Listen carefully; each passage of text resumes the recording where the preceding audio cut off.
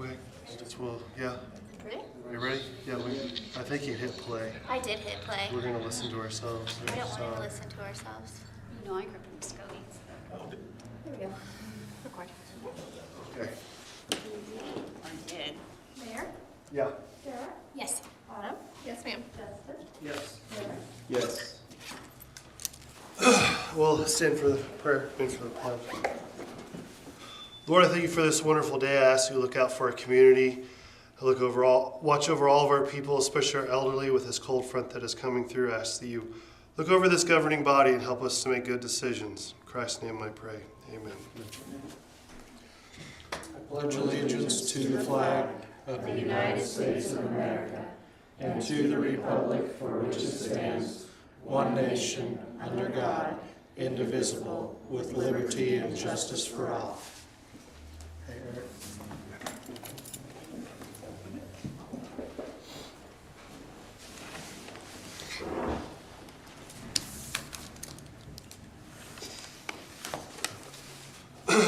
Presentation, training, and discussion necessary for participation in the Oklahoma Municipal Assurance Group Recognition Program.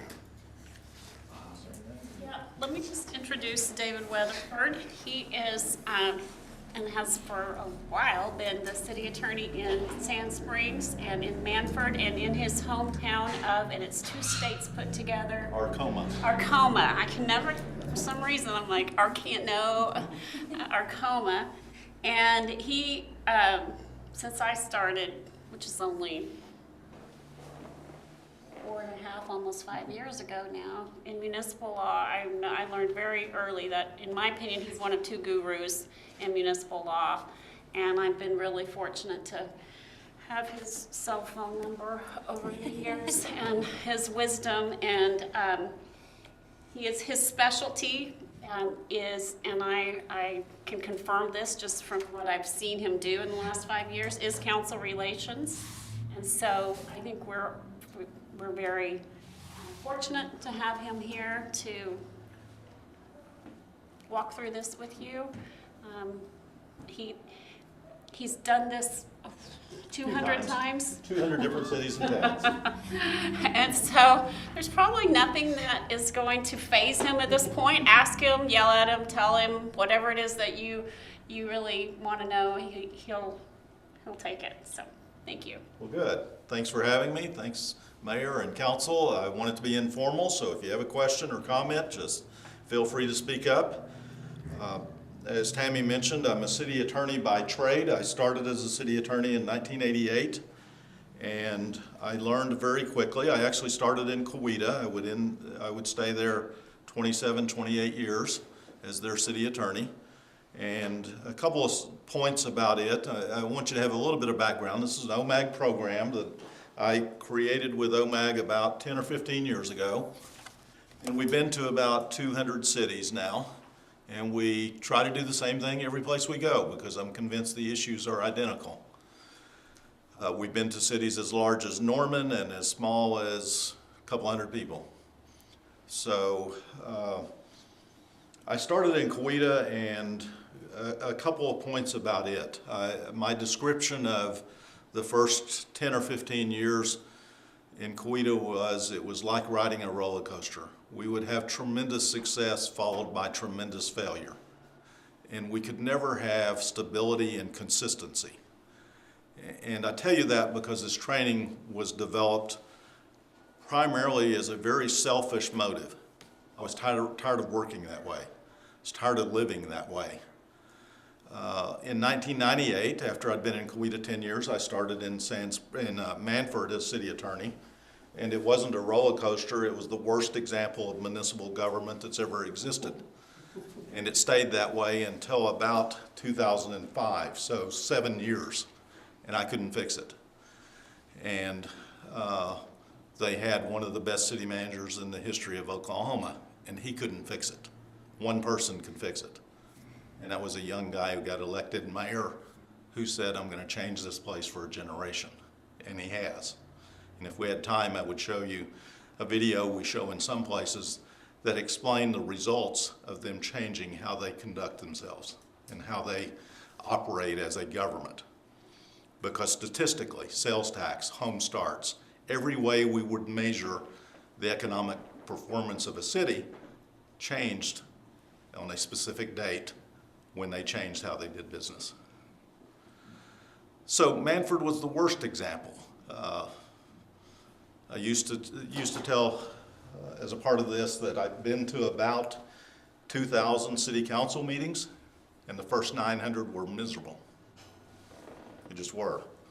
I saw a fight at a council meeting amongst two council members. I've seen a 3-2 vote on whether they should adjourn, because it was a 3-2 vote on every single item on the agenda.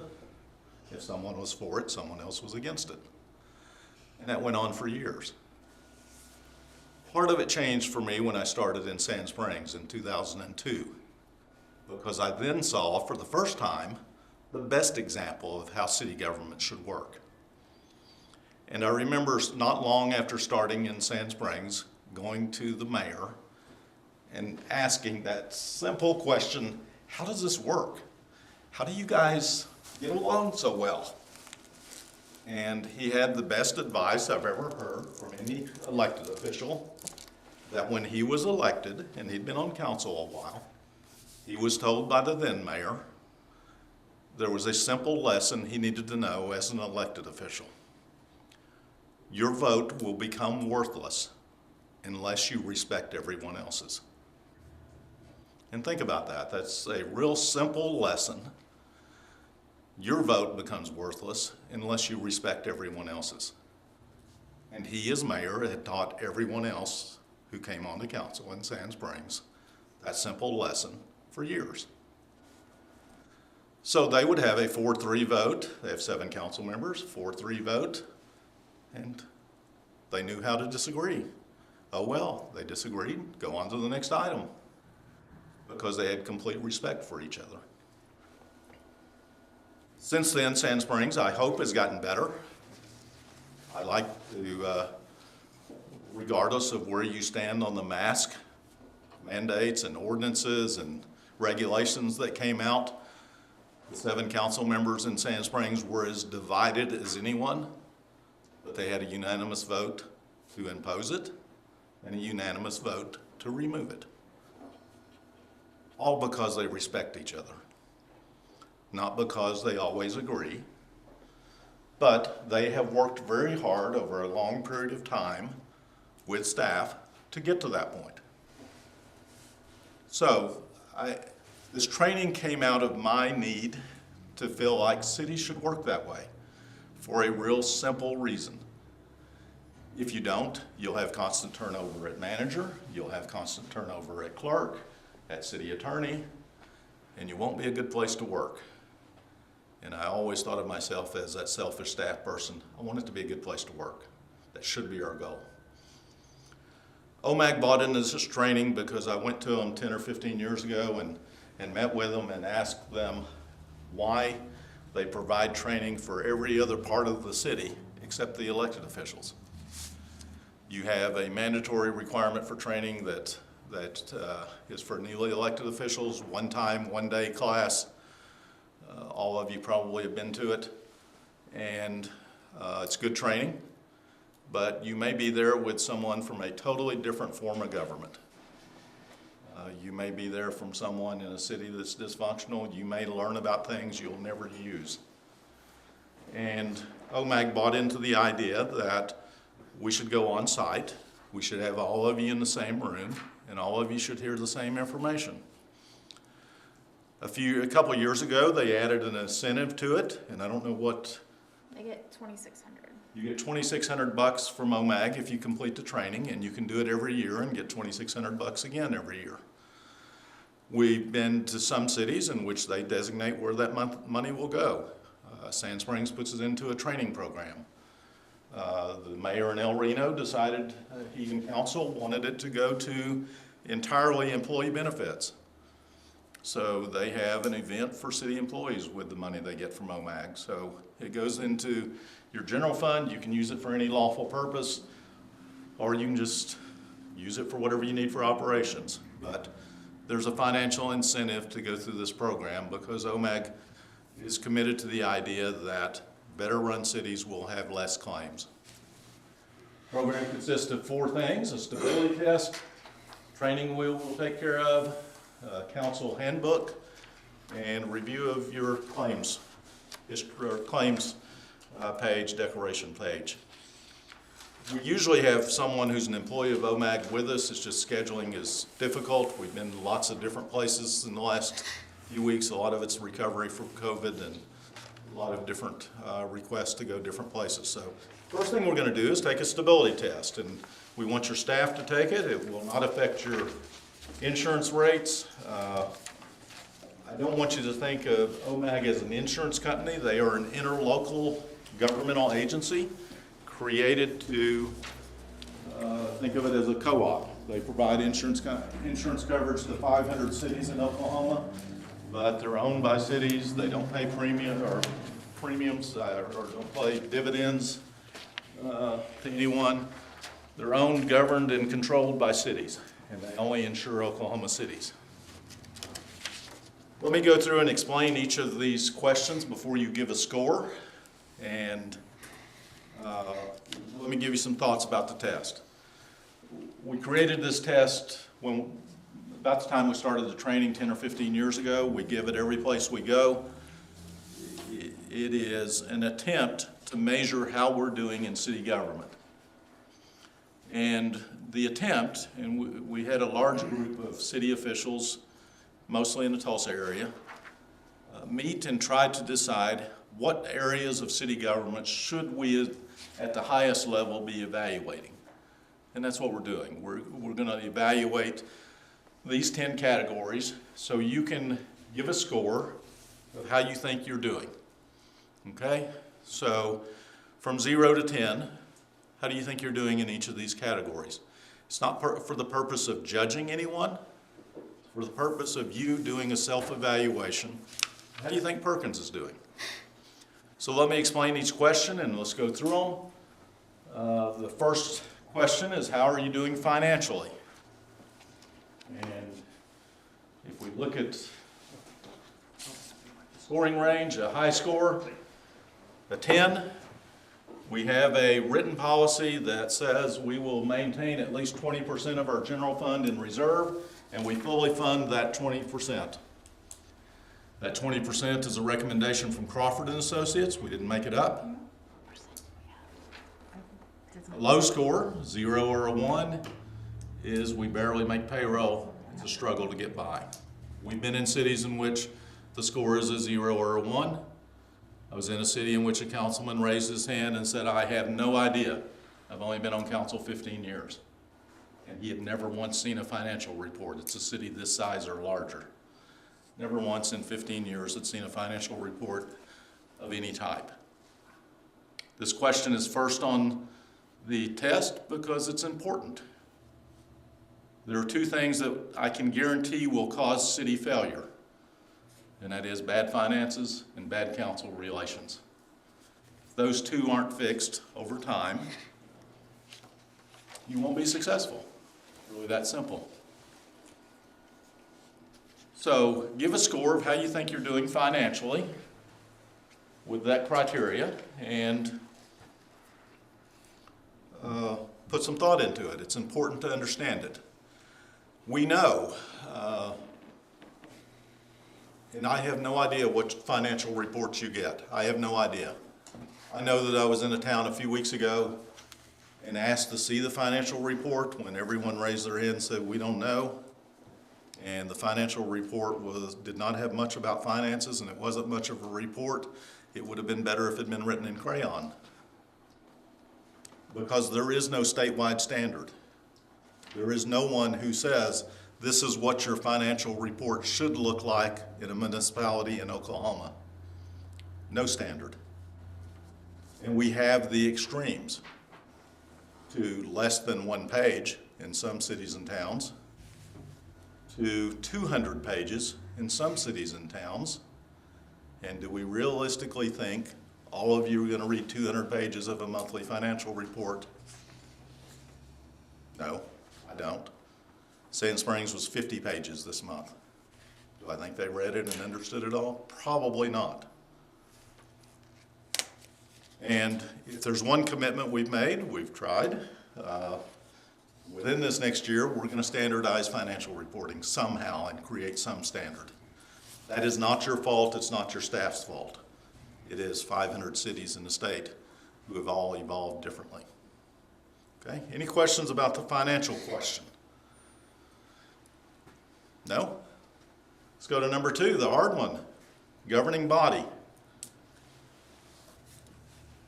High scores have great, well-informed, engaged elected officials. When we have elections, qualified people run for office. It's considered an honor to serve on this board because they're seen as the community leaders. That should be our goal. That would be a 10. A low score is you look around and say, I wish we could throw them all out and start over. And we've been in cities in which everyone sitting up here wrote down a 1. And you notice we don't take the test. You do. It's not our job to come in and evaluate it. It's to ask you to evaluate yourselves.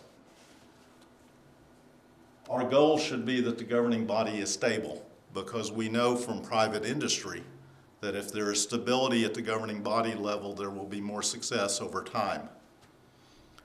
And we've got to think about Perkins and your role and your job over a long period of time. You're temporarily the board of directors for a municipal corporation. And none of you will be permanently the board of directors, but the organization is permanent. It'll be here forever. It's been here 100 years. So temporarily, you're serving as the board of directors for a municipal corporation, and in your role as a board of directors, your job is very different than probably what you thought it was. I know it's very different than what most elected officials at the municipal level think it is. And we'll talk a little more about that in a minute. Okay? But think about that. You're the board of directors, and do we have a good board of directors? Number 3, how are your meetings? The public judges us on how well we conduct meetings. I mentioned meetings early on. If I were to have to give an analysis to OMAG about what have we accomplished over the last 10 or 15 years of doing this, meetings around the state have gotten better. I had a mayor of one of the largest cities in Oklahoma come to me after he had been through the training. About a year later, he found me and said, I want you to know we've made a real effort to make our meetings better. They don't happen by accident. And all 500 cities have evolved differently. Meetings, a high score, they're professional, businesslike. You enjoy attending them. You hope you never miss one. You feel like you're accomplishing the work of the city, and your staff feels the same way. Okay? Low score is they're miserable. I hope I never go to another one. There's lots of arguing. And that was my first 10 years or so, 9 years in Manford. Every meeting was miserable. And there's a simple answer. The 5 of you 100% control this. I've been in cities in which the answer is our meetings are miserable. And my answer in response, because I get to leave town, is usually, why do you keep doing it that way? It's your control, within your control 100%. And I would challenge you to put some thought into what would make our meeting more enjoyable. Not just for yourself, but for them. It should be, shouldn't it? Because that's your work. And we know employees are more successful and accomplish more if they enjoy their work. I mentioned a young mayor in Manford who changed it for a generation. One of the first things he did after he got elected was to go to almost every metro Tulsa city council meeting to see what they were like. He wanted to know who had good meetings, what worked, why it was better in some places than others. And I should have said, don't take any of this as a criticism. I know nothing about any of you. Tammy and I talked briefly. It's the same thing I told Watauga last week and Muskogee last fall. The message is the same every place. Find a way to make it enjoyable. one of the things that the Manford mayor came back and said, and it was interesting, none of us knew it, we should have. I went to a meeting in Jenks, he said, guess what? They have snacks and food at every meeting because they feel like they get. Just a moment. You haven't heard that story, I had don't you? know, but I only have to, I'm only required to bring when there's executive session. But beyond for everyone, so. But it was interesting that was his answer because in the Tulsa metro area at that time, Jenks had been one of the most stable in every way, most successful and stable cities. And they had a history of having not elaborate meals, but they had snacks at every meal. They had something to eat and drink for the board members and staff, and they generally had bought into the idea that generally people who eat together get along better. I do. Isn't that an interesting concept? I really like sweets, but you hit the sweet spot, really and figuratively. Thank you. Somebody gets double. You get everything that's left. To last, you There's two. Part 4, how do we rate our workforce in general? That's a hard question to answer, and I don't know, how many employees do you have total for the city, full-time? 21. 45? 21. 25? 21. 21? I would think 20. Probably not enough for, what's your population? 3250. Yeah, a little bit less than We normal, need quite a few more, yeah. yeah. Standard's about 1 per 100, so a little bit below what some places are. That has been a topic of conversation. Yeah. But how do you rate your workforce? High scorers, employees work hard, care about the city, enjoy their work, proud to work for the city. What an amazing concept for a government employee to be proud to work for a city, right? That should be our goal, shouldn't it? We should want everyone who works for the city to be proud to work here. It should be a good place to work because it pays well, and the public expects that we make it a good place to work. Low score is we have constant turnover, we have lots of claims, and we have lots of problems from our workforce because it's not a good place to work. That's why OMAG cares about doing training, because if we can make it a better workplace for everyone, they know they'll have less claims. You'll get tired of me using the examples of cities I know, but I use examples of cities I know because I know them. In San Springs, we had a city employee who worked for the city for 55 years, riding on a garbage truck. He enjoyed working there. Multiple employees with the city more than 40 years. That should be our goal for all of us. And as a board of directors, if you leave a legacy for your city, making it a good place to work is a good thing because it will sustain itself. A very smart city manager told me he wanted it to be a good place to work for a different reason. Those are the ambassadors of your city. They go home and talk about the city every single day to at least a spouse or a child or multiple other people. And the reputation of the city is defined by what your employees say about it. Isn't that interesting? 25 different people going home and talking about what's this place like? And in a city this size, that's a huge impact on the reputation of the city. Which ties into number 5. What's the public image of your city as an organization? A high score, you're considered a leader in the region. If there's a problem, they look to the city to offer solutions. It's well thought of as an organization. You appear competent in what you do. Usually that means you don't have a lot of people showing up at your meetings and complaining. Low score is that city in which there's no public confidence, a lot of discontent, continuing grumblings over anything and everything. Okay, what's the public image of your city? It's a hard one. Part 6, crisis management. Government exists to deal with those crises that occur, whether it's a flood or a tornado or something that goes wrong. High score is we're prepared.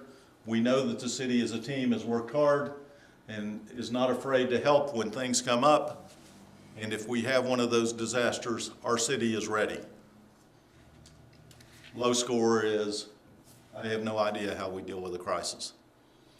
Part of that is knowing that you as a group, as the elected officials, have a limited role. Your role is to make sure the police and fire departments have the resources they need to deal with it if a crisis occurs, and that you listen to them and are prepared in advance. It also means you have a limited role that if something goes wrong, you may not be the one in charge. If there's a police shooting, it's not the mayor's job to show up on scene and take charge. It's the police chief's job. As an individual council member, you don't have the authority to do those things. I haven't looked at any detail of your charter, you're a charter city, but I would encourage you to look in it and see if you can find the individual powers you have as council members. And I think you'll find there's none. By statute in the statutory cities, there is none. As a group, you have a lot of power. As individuals, you have almost none. Mayor has some extras. So the idea that there's a crisis and you have some role probably goes out the window. Your power exists when you have a posted agenda, have a quorum, and act in accordance with the agenda. After that ends, guess what? You get promoted back to citizen. Okay? Part 7, economic development. This question wouldn't have been a part of the test 30 years ago. What's the city's role in economic development? A high score is we're actively involved. We feel like we can make a difference. We've set a goal to be involved in economic development projects, and the city is very engaged in those. Whether it's from offering incentives, being involved in land projects, encouraging and soliciting developers or retailers. That's a high score. A low score is we've decided that's none of our business. That's entirely for the private sector. And you get to decide. So give a score of how active you've been in economic development projects. And I would say that when Manford decided they were going to do business differently, this became their #1 goal. To get involved in economic development projects, to buy land. They bought a subdivision. They did lots of creative things, and they set goals as a group. In part 8, planning and goal setting. How well as an organization do you plan and map out your future, whether it's through a comprehensive plan, a zoning code, or goals that are set by the elected officials?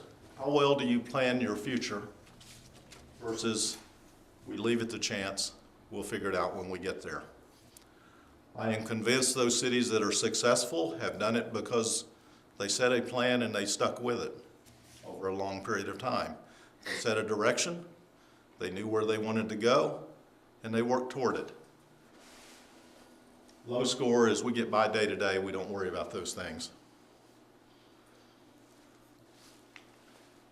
Part 9 is administration. It's not directed at the city manager, it's directed at the upper management of the city. I don't want it to seem like an evaluation question of the manager. It's an evaluation of the city as an organization. But we were in a city that had been through 8 city managers in 2 years. I don't know how you do that if you try. It did not do well on being very stable. And if we think about the private sector, a goal should be stability in upper management. And that's not just city manager, it's department head level and above. Our goal should be stability, that it's considered a good place to work. We're on the same page, we work as a team. If we have turnover, we attract good candidates. And our administration is considered stable over a long period of time. That should be our goal. Low score is that city that goes through 8 city managers in 2 years. Constant turnover, no stability, no clear path of where they're going, and guaranteed difficulties in being successful. When we were in that city that had been through 8 city managers in 2 years, I asked a real simple question. Are you that bad at hiring? I mean, how do you pick 8 bad ones in a row? Or is there something else wrong? And there's something else wrong, because that's usually the case.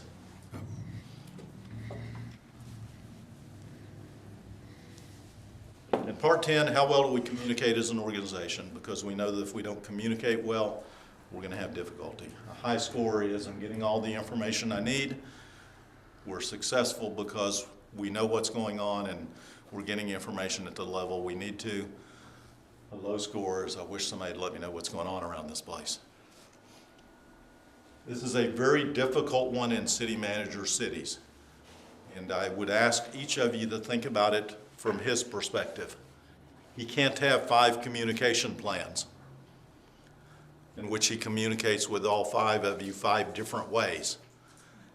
And he can't operate in a system in which he gets an answer that I once got from a councilman after they wanted a draft ordinance on the agenda, and they looked at it and said, well, this is not what I wanted. And I said, okay, tell me what you want. And his honest answer was, I don't know, guess again. Doesn't work real well, does it? Staff can't be in the guessing business. We need to communicate well, and that comes from working well together and establishing good trust and working relationships over a period of time. Okay, that's the test. We'll gather those up. Aubrey will compile a score while we're here. We're going to have just a composite score, so you don't get individual scores. You don't. Actually, we didn't write it. I was taking notes. I didn't know we were writing the numbers Yeah, down, right? fill it in, come back Fill to it you. in. Yeah, thanks. We'll get a composite score, and again, it's intended to evaluate, not to judge. And I'm going to show you some samples from around the state just so you'll know what some others were like. We did do this test this month and saw one of the lowest scores from someone we've ever seen, a 9 out of 100. You lose. Which was interesting, someplace we'd never been, and just thought, that's interesting that you think you're doing that poorly. So some scores from around the state. I don't think they can see the low scores on the bottom. I had a couple of points that come out of it. You can raise it up a little, I think. A couple of points that come out of it. Public image is consistently the lowest score. Just a difficult one. Facebook hasn't fixed it. As you know. That's consistent every place. High scores, usually crisis management. We have a lot of trust in public safety, historically, statewide. But another one that I think, low scores are interesting. The composite score of 14, a 12 in a city 10 to 20,000, that's a county seat city. Hard to get to a 12, I think. Say that without seeing any of yours. I hope they're not that low. I can't imagine they would be. But a city over 20,000 that had a 51, and I like to emphasize that one because this is a county seat. It's a city over 20,000. It should be very good at what they do. Lots of resources. That's the 4th time we'd been there. They got up to a 51. Their board members wouldn't sit at the same table with each other. They weren't speaking to each other. They chose to be that way. They also, in the OMAG system, have more claims than any other city. Yeah. No surprise. So I think for your purposes, a real simple line that to me means more than any, and that's this one. The total, if you look at it, is pretty consistent. And to me, that means population has absolutely nothing to do with how well you do your jobs. You can be great in a small town, you can be horrible in a big town, or vice versa. Has nothing to do with it. So, any questions about the test? As Aubrey puts together scores, right?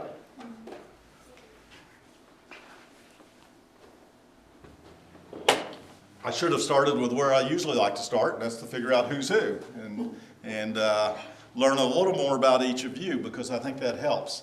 But we have the test out of the way. Autumn, how long have you been on the board? Almost 2 years, Enjoyable? most of the time, Why did you want to do it? because I want to be engaged in this town, and I've lived here a long time, and it's important that this town is prosperous for my children. Yeah. It's what most of us want, isn't it? Real simple goal. We want to make it a good place to live for generations. Have you made progress toward that? Can't say that yet. I don't know. Some ways I feel like yes, in some ways I feel like we're in the mud. Okay. Let me ask a simple question again. I'm going to ask lots of questions just because that's what I do and because I get to leave town. And some of them may be, if you don't want to answer, just say so. Do you as a group have any council meetings in which you solely talk about long-range planning? Solely? Only? No. Have you ever had a council retreat in which you only talk about long-range planning issues? No. Sand Springs, we have as a part of our regular meeting schedule 4 lunches a year. Every quarter, we have an hour-and-a-half lunch meeting that is entirely dedicated to long-range planning issues or stability test topics. For example, we had a new city manager and he wanted a training retreat, that's kind of what they are, a session dedicated to how to communicate, because he wanted to have a clear understanding of what the expectations would be of him, and he was able to ask some very pointed questions. Are you going to be texting me on weekends about silly things? If a stop sign's down, if you text me on a Sunday afternoon, do you expect me to solve it that day? Do you expect a response? When am I off duty? What are your expectations? And again, it can't be 5 different expectations. But we spent an entire session, because he was new and he wanted to clear the air and make sure everybody's on the same page. And that was a part of planning and long-range operations. Every quarter they pick a different topic. We had one that was entirely about finances. Let's understand the finances of the city in depth. Because now 6 months later, we're looking at general obligation bond issue, because they had an in-depth review of finances and could make good decisions about the finances. So, to accomplish your goal, what you want it to be for your children, you're gonna have to verbalize what that is at some point. And the group of you is gonna have to decide that's a common goal. And then you're gonna have to direct staff to help you work toward that, right? That would make it more fun, wouldn't it? And I would like to think so. Absolutely. Yeah. Mayor, how long have you been on the board? 8 years. 8 years. What's your thought about it? About being on the board? Yeah. It's been enjoyable overall, you know. Yeah. There's always tough times and there's always really good times, but overall, yeah. As mayor, are you elected mayor by the voters or by the group? Voters. Okay, mayor. Some statutory cities, the town trustees elect the mayor. So you're elected specifically for the mayor's position? Yes. What do you hope, when your tenure is up and you say you're not going to do it anymore, what do you hope they say about what was accomplished during your tenure?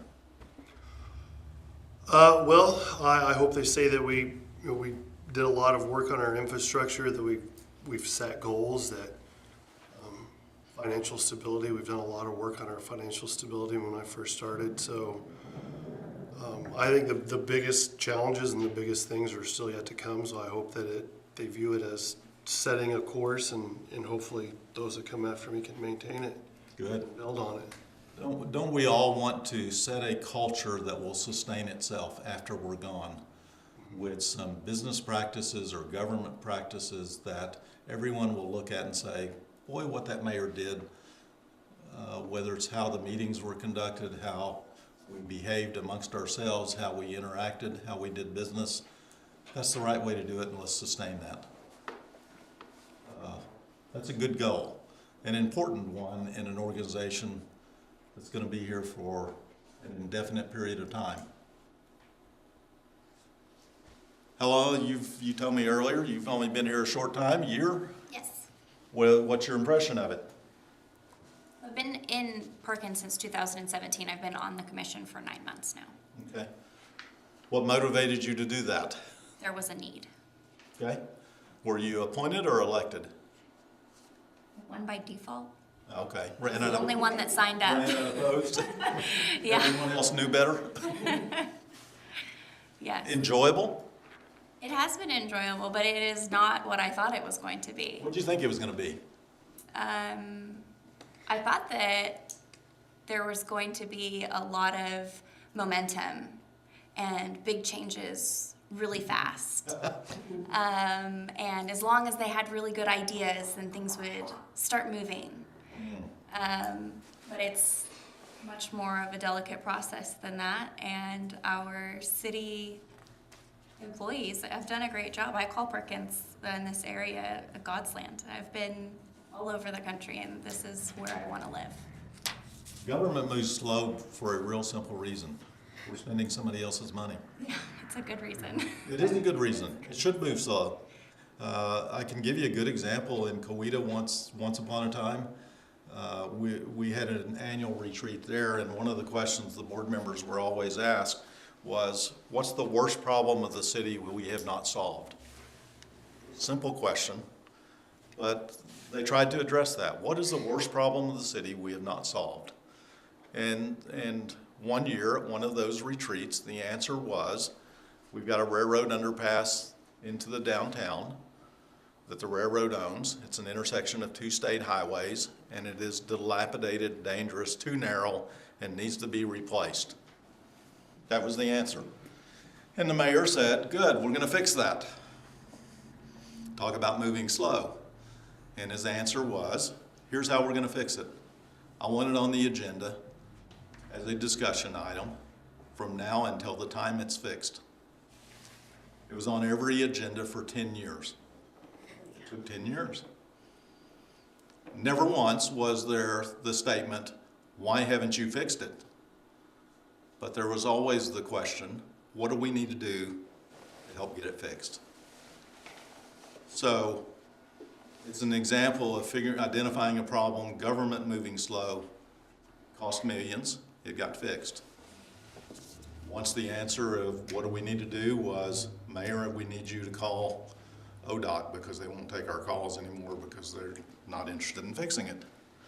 Or Mayor, we need you to show up at a meeting with Union Pacific to talk about this underpass because they don't take us seriously as staff. Sometimes that's what staff needs. But as long as it was with the idea, what do we need to do to fix it? It got fixed. Should it have been done quicker? If we could make it. We can't always make it. We did once send ODOT a letter and tell them we were going to put in a public nuisance item on the agenda to declare it a nuisance and have it torn down if they didn't respond to us, so they responded. Interesting. But, yes, How can you have a retreat without breaking the open meetings you have to act? post an agenda. Yeah, post an agenda and list what you're going to talk about. That can be long-range planning issues. I would suggest if you do those that you don't have action items, that you have discussion items, and that you avoid some of the mistakes I've seen. We've had the mistake. You have one of those and everybody talks about what's the worst problem in the city, and one of you says, well, I think it's X house down on the corner, and the rest of you think that's a stupid idea, and nobody says anything, and 6 months later, that person who brought it up remembers, remember we talked about it at the retreat, didn't we agree? Whatever comes out of it needs to go into a resolution format and get voted on at your regular meeting. Here are our goals that we set at this retreat. Here's the action that's coming out of it.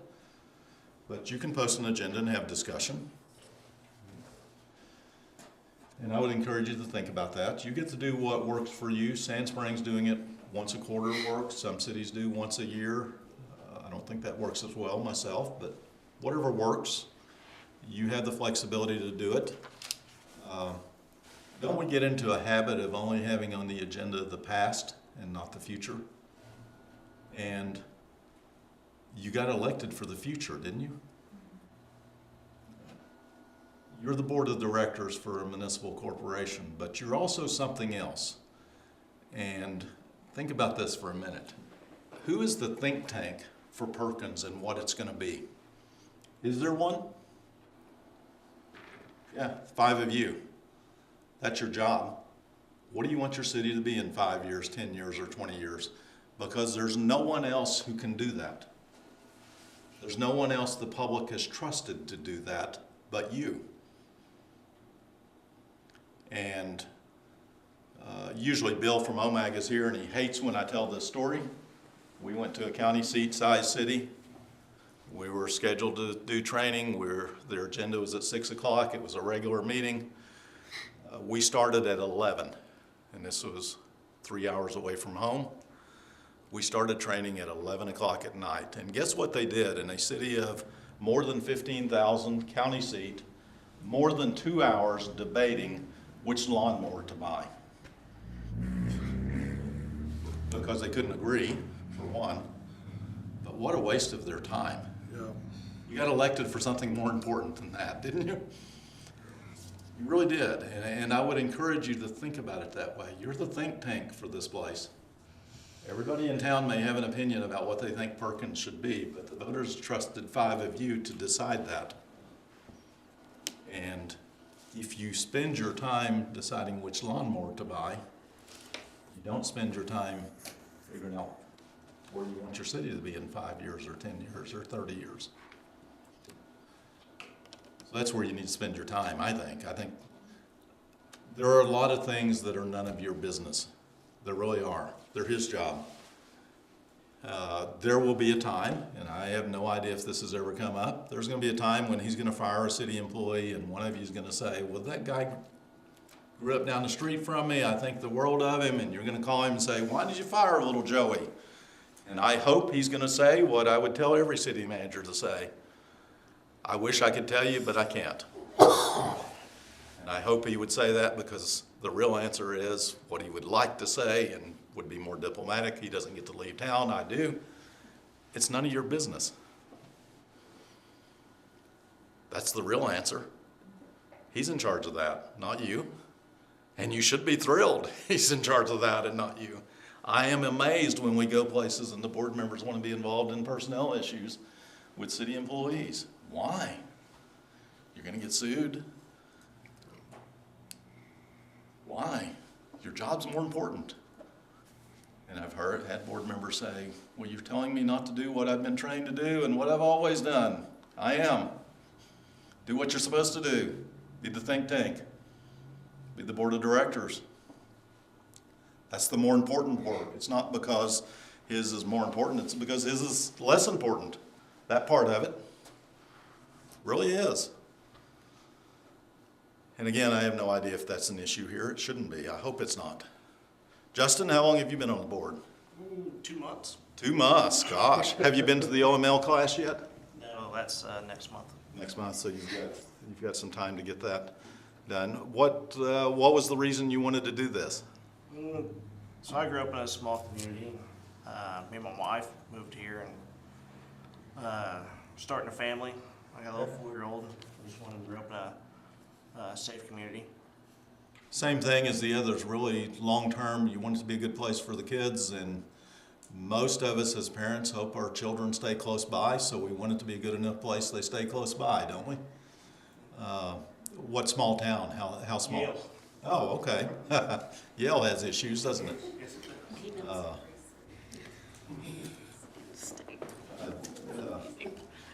Do you know Sharon Christian? Okay, she was the long-term city clerk in Yale from there. It's an interesting place, close to Manford, so we drive through Yale a lot. What appeals to you from Perkins that makes it better than Yale as a city? It's growing. Yeah, Yale's not. right. Really. Yale's not going anywhere. Hasn't for a long time. Yeah.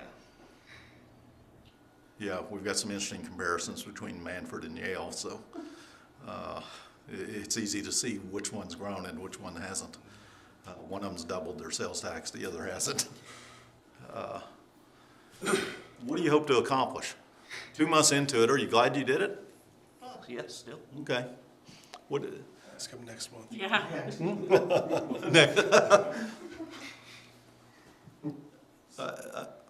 What do you hope to accomplish?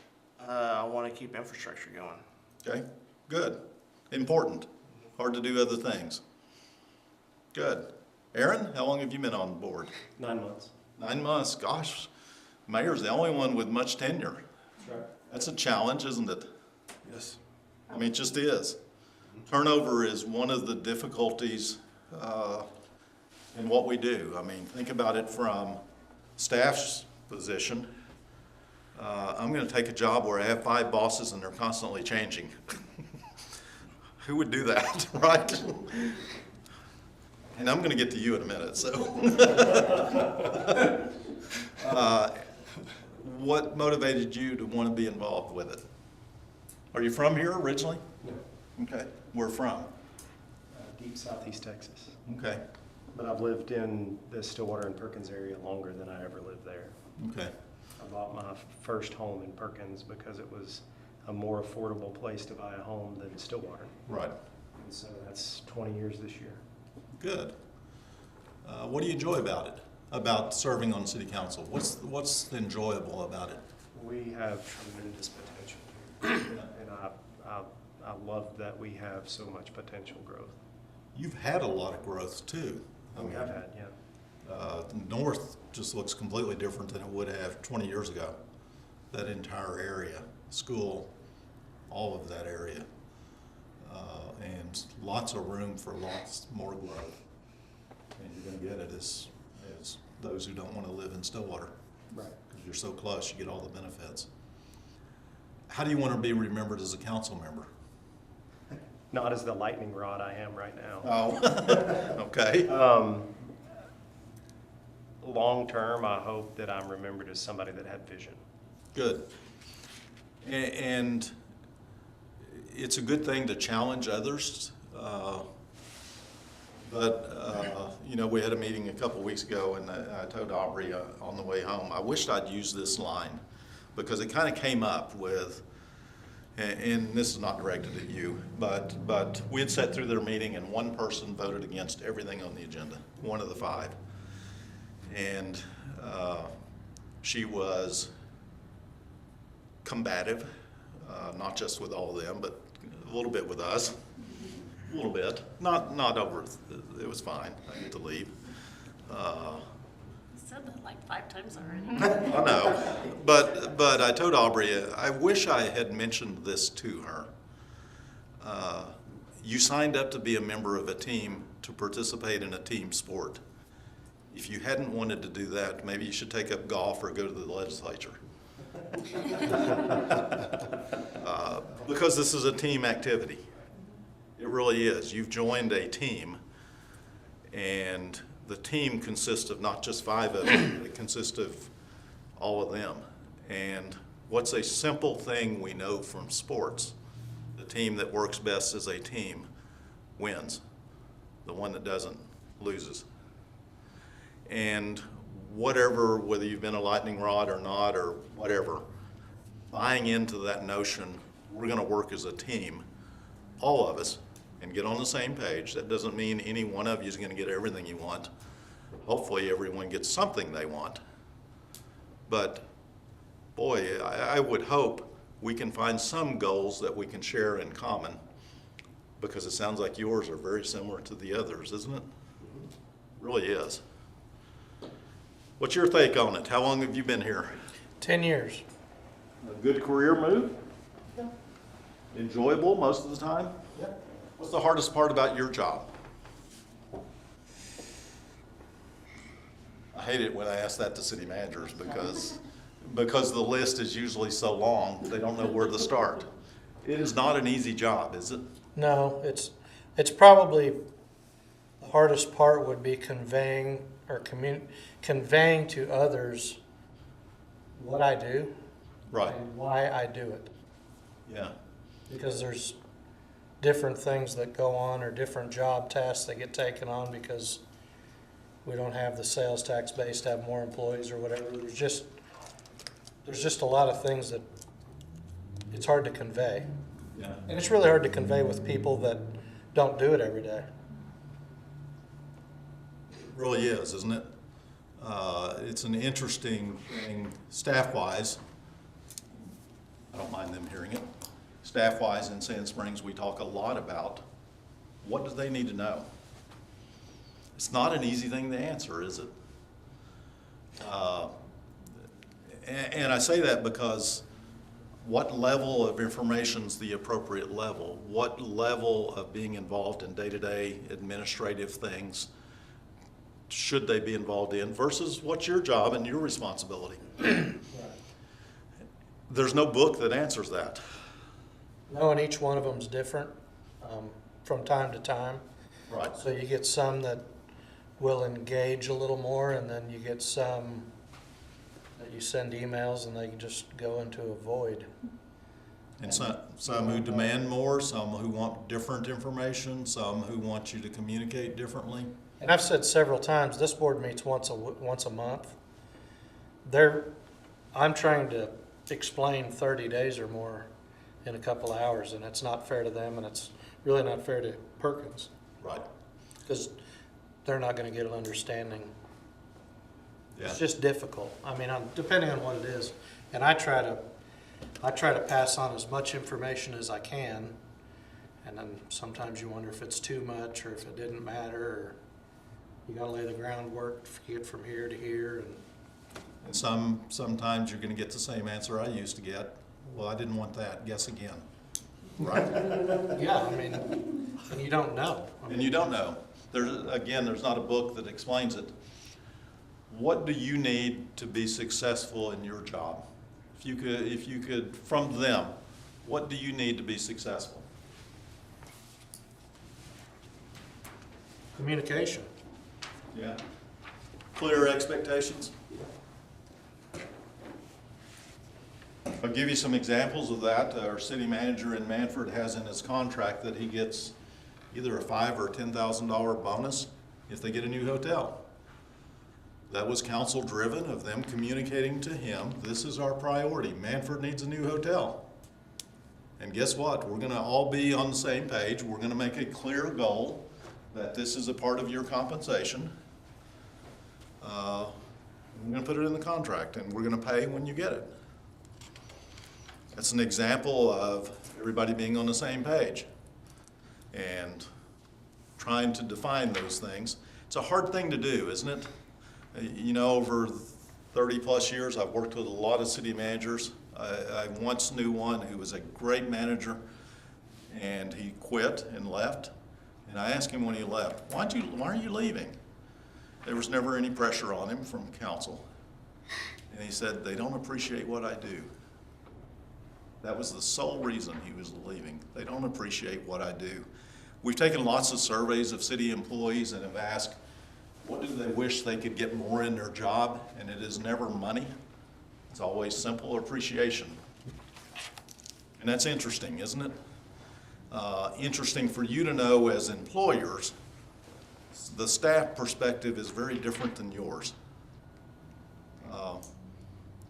Cities that build stability, though, do just what I said earlier. They're a team that are on the same page. It can't be us against them. I've been in meetings in which a city engineer has been called a liar by a mayor. I've been in meetings in which the public has questioned the integrity of multiple city officials, and the council has sat and let that happen, some of them encouraging it. And every one of those cities has been in some way a failure because they haven't solved that basic core issue of how are we going to work as a team. Let's go through your scores and let me tell you what they are. Total score 61.55, and Aubrey will get you a handwritten one. 7.5 on finance, 6.6 on governing body, 5.6 on meetings, 8.1 on employees, 6.1 on public image, 7.6 on crisis management, 6.25 economic development, 6.8 on administration, and 7 on communication. So we'll get those scores back to you for you to look at. The test is not intended to judge, and if you looked at the statewide averages, it's low 70s. We've been to maybe 5 cities who have ever scored over a 90. Sand Springs, we don't. We're in the 80s. They're critical in evaluating themselves. We've been in cities recently that combined score in the 30s. So the intent of this is to set a benchmark for you to evaluate how you can get better. And I would encourage you to use it that way. The book you have, I believe, has some suggestions from officials around the state about how to get better in every category. It has the test in it and some explanation. But I believe at the end there are some suggestions of how to get better. And that's what we're trying to accomplish. How do we get better? I can't do much but give you information, but the group of you can solve all of it. Over time, you can fix every one of these and get to as high a score as you want to get to. I really believe that. City Clerk, how long have you been here? Almost 8 years. Enjoyable? Elected or hired as city clerk? Hired. Hired, yeah, because town trustee form, the clerk's elected, and sometimes the role's very different than the hired ones. What's been the best and the worst of it? My colleagues, Yeah, that's the best. That's why I stay. good place to work? We try to make it a good place to work. We do our best. If they weren't sitting here, what would you say that you would like to have from them that would make it a better place to work? It's hard to answer because they're sitting here. It is. I decline to answer. Okay, that's fine. That's not a fair. That's not a fair question. Yeah. Could it be a better place to work? Yes. Okay. And we all would agree, they would agree too, we should work toward doing that, whatever that takes. Because if it's a better place to work, the city will be better, the public image will be better, everything about it will improve. So hopefully we can find a way to work toward that. Tammy, you're new, so you've only been here a short time, you've worked in other cities. What's your comment about Perkins? Well, I think that they meaning all of them, judge themselves harshly. Yeah. I do. And High expectations, that's a they good do, thing. which it is, and I think it reflects how much they expect of themselves, and I think they actually communicate a lot better than they think they do. Their meetings are very well run compared to many that I've sat in. So I think that, just going down, as you were going down the list, I really rank them comparatively very high on lots of these things. Now, some of them I just don't even know. Like economic development is not something that I've had real experience with yet here, so I can't comment. Yeah. But you think the meeting score is lower than it should be compared Yes. to others? Yeah. It's interesting, and a lot of times we will see a big disparity between staff and the elected officials on the score.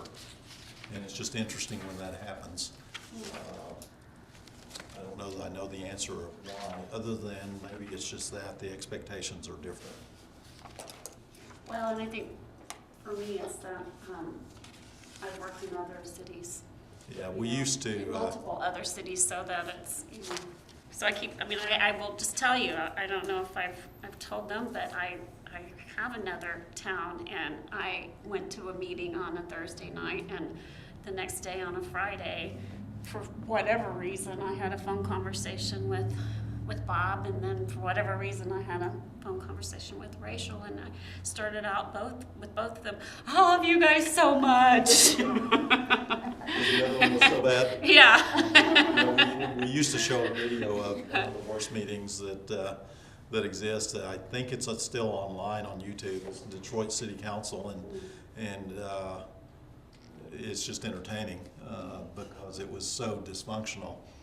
And we used to use it to say, and would usually say, now you know why Detroit went bankrupt, because of the way their council behaved. Would you do business with that city? with the way they behave? And the answer is no, nobody would. It explained why Detroit went bankrupt. You work for the city? Yes, sir. What's your role? Emergency Management Director and Operations and Purchasing Officer. How long have you worked here? This go around 7 months. What was the previous? Parks and Rec Director for almost 3 years. The guy with the fun job. Yeah, it was fun. It was interesting. What would you like the council to do differently, if anything? Oh, boy. I was asking them hard questions. Yeah, those are hard questions. I don't know if there's anything, do differently. I think everyone, and this is not directed at, anything. I think everybody can work on better communication skills between staff and council. Don't we all want all of us to get along better? Yeah, in the long that's a run? great way to put it. Yeah, get along better. And because we know that if we do that, we'll make better decisions, we will operate better, everything about it will be better. And it really is a challenge. How do we do that? And I think we've got a video we can show, just a real short 2 or 3 minute clip. Yes? Actually, I've had time to think about your question now, because you caught me off guard, though. And I do have an I like answer. doing that. My answer is that I would like to feel that I am trusted. Yeah, good. That's interesting, isn't it? I've seen that, it kind of ties into the city manager who leaves because he wasn't appreciated. Being trusted, appreciated, doesn't that get answered if we get to the point we feel like we're part of the same team and working together and not against each other? It's hard to do sometimes, but it's entirely possible. There's very few times have Supreme Court justices been interviewed, especially on a TV show, and just regardless of your philosophical beliefs about any of the justices, this is going to be a short video of Justice Breyer, who was on Larry King and was asked a simple question. Well, I think it'll work if it was on. Oh, that's fine. Go ahead. He was asked a simple question. How is it that the group of you as Supreme Court justices, how well do you get along with each other? And you'll see those questions. And how do you get along with each other when you disagree so much? And I think it's an important video because it's that small group dynamic. How are we going to work together when we may not agree? So I always have thought this is just a great interview, so let's watch a couple minutes of that. Hopefully it's loud enough. Do you fellas and ladies argue a lot?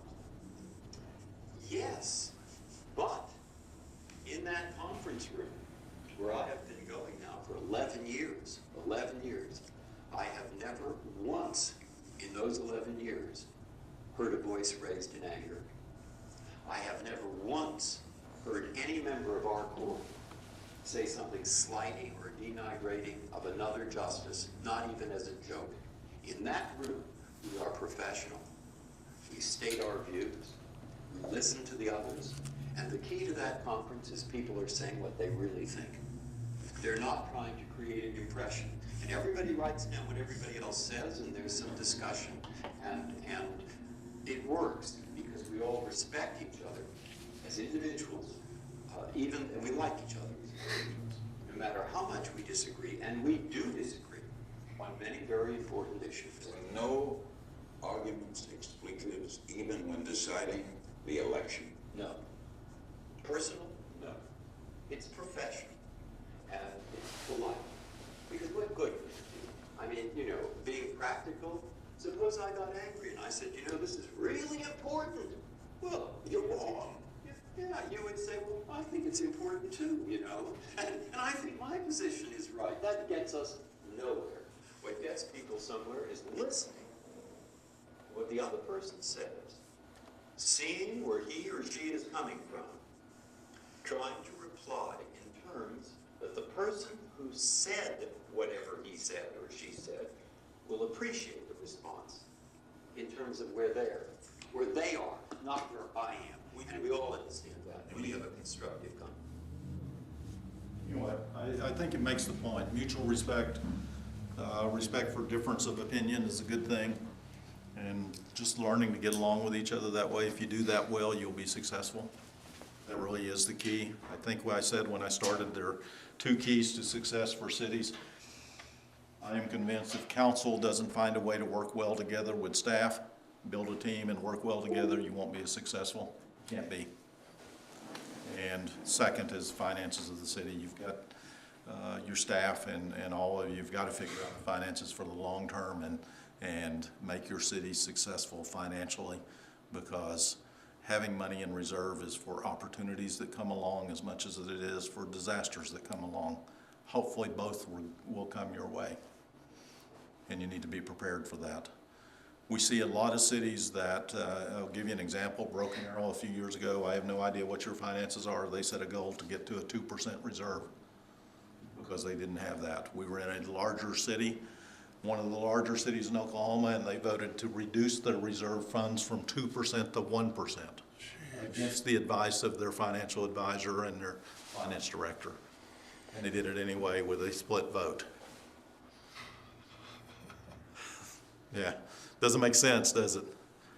So I would encourage you over the long period of time, like some of you said, you've got to spend money on infrastructure, you've got to be financially stable, you've got to provide the services the city residents need and expect, but you've also got to set those long-range goals of where you want to go. Questions? Won't we go there? Any topic you want to ask about, feel free. This is your chance to ask a question of a good city attorney. I have asked hard questions, so you feel free to ask any hard question you want to ask. No? Think about that. I don't know, pretend I'll know the answer, but.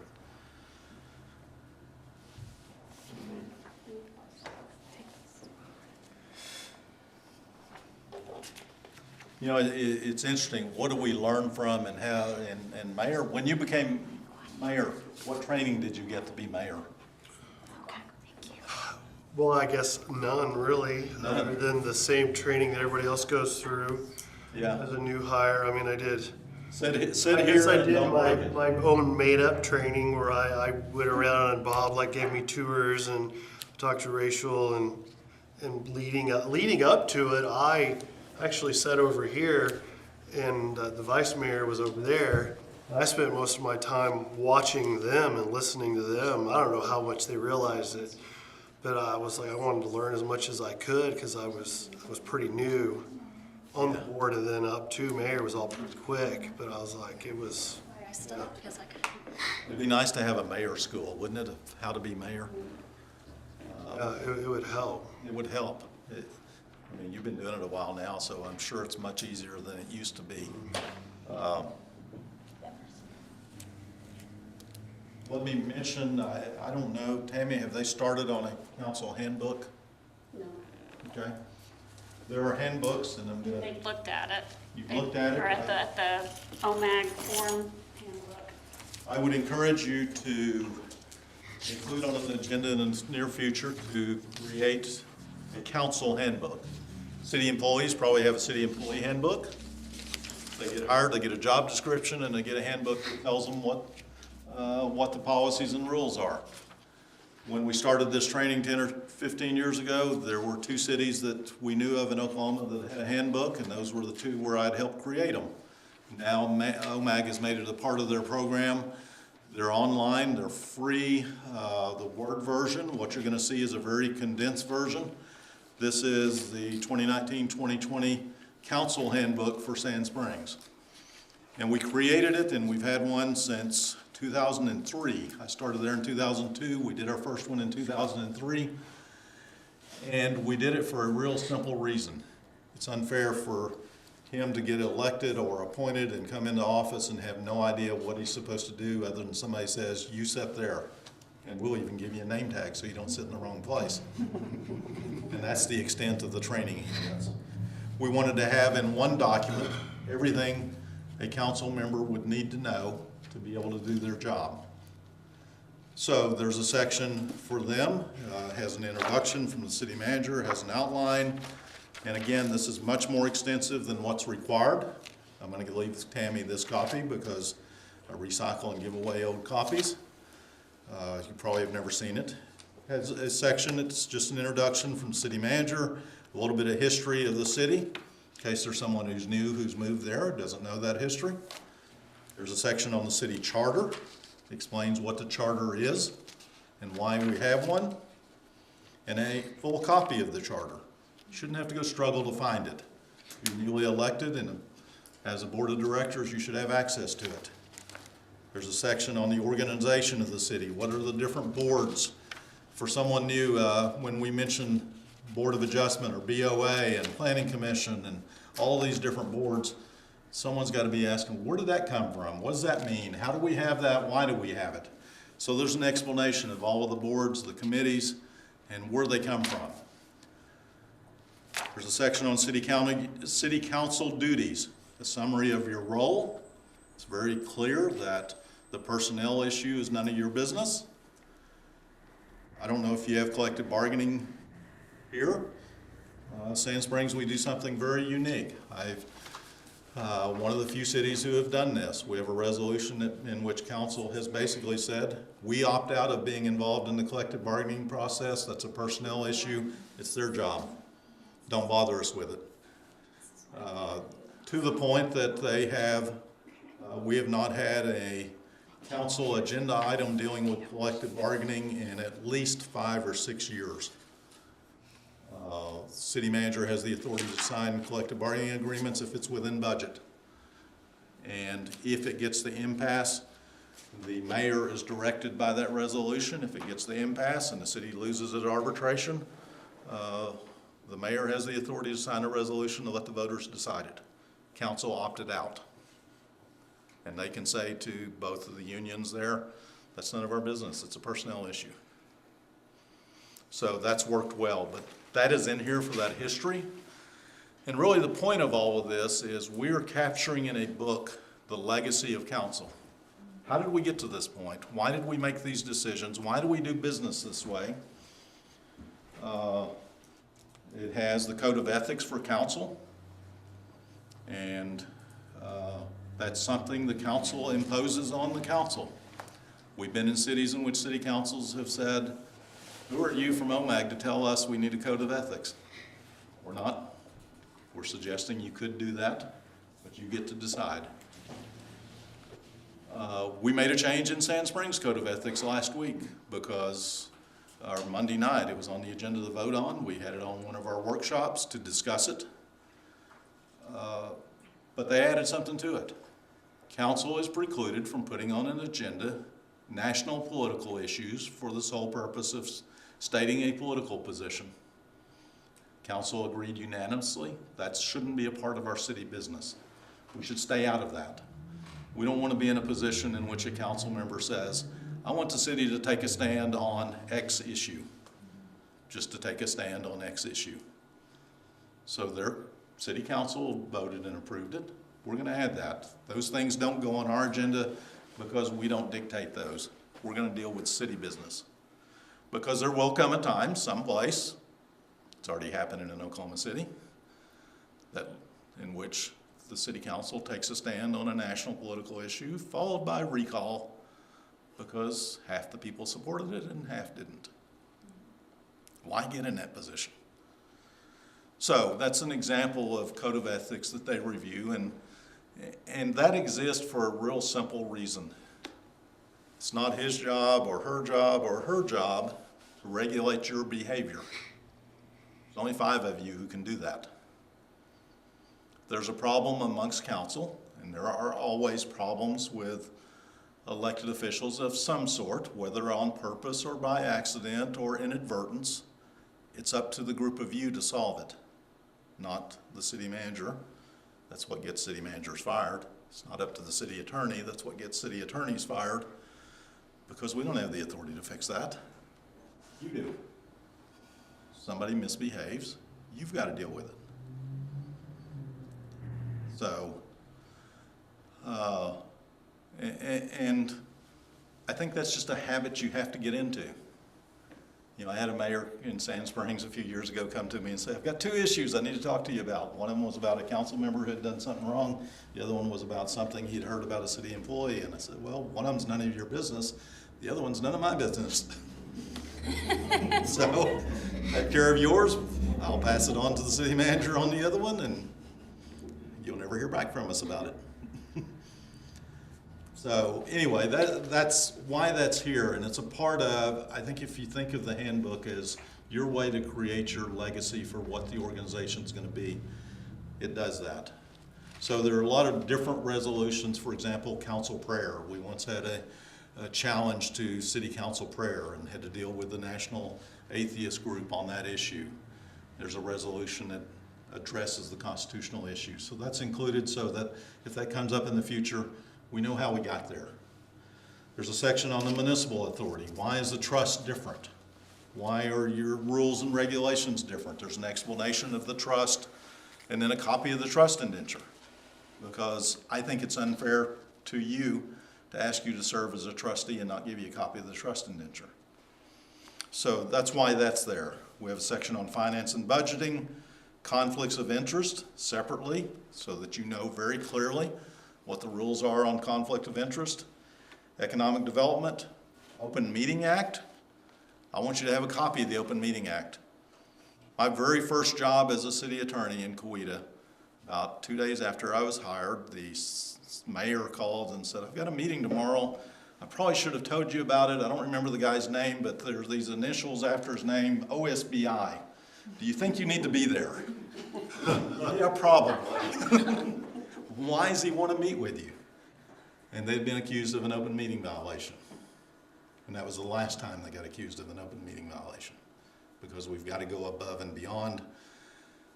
It's unfair to you to not know what the rules are, because the liability is criminal for you, not us.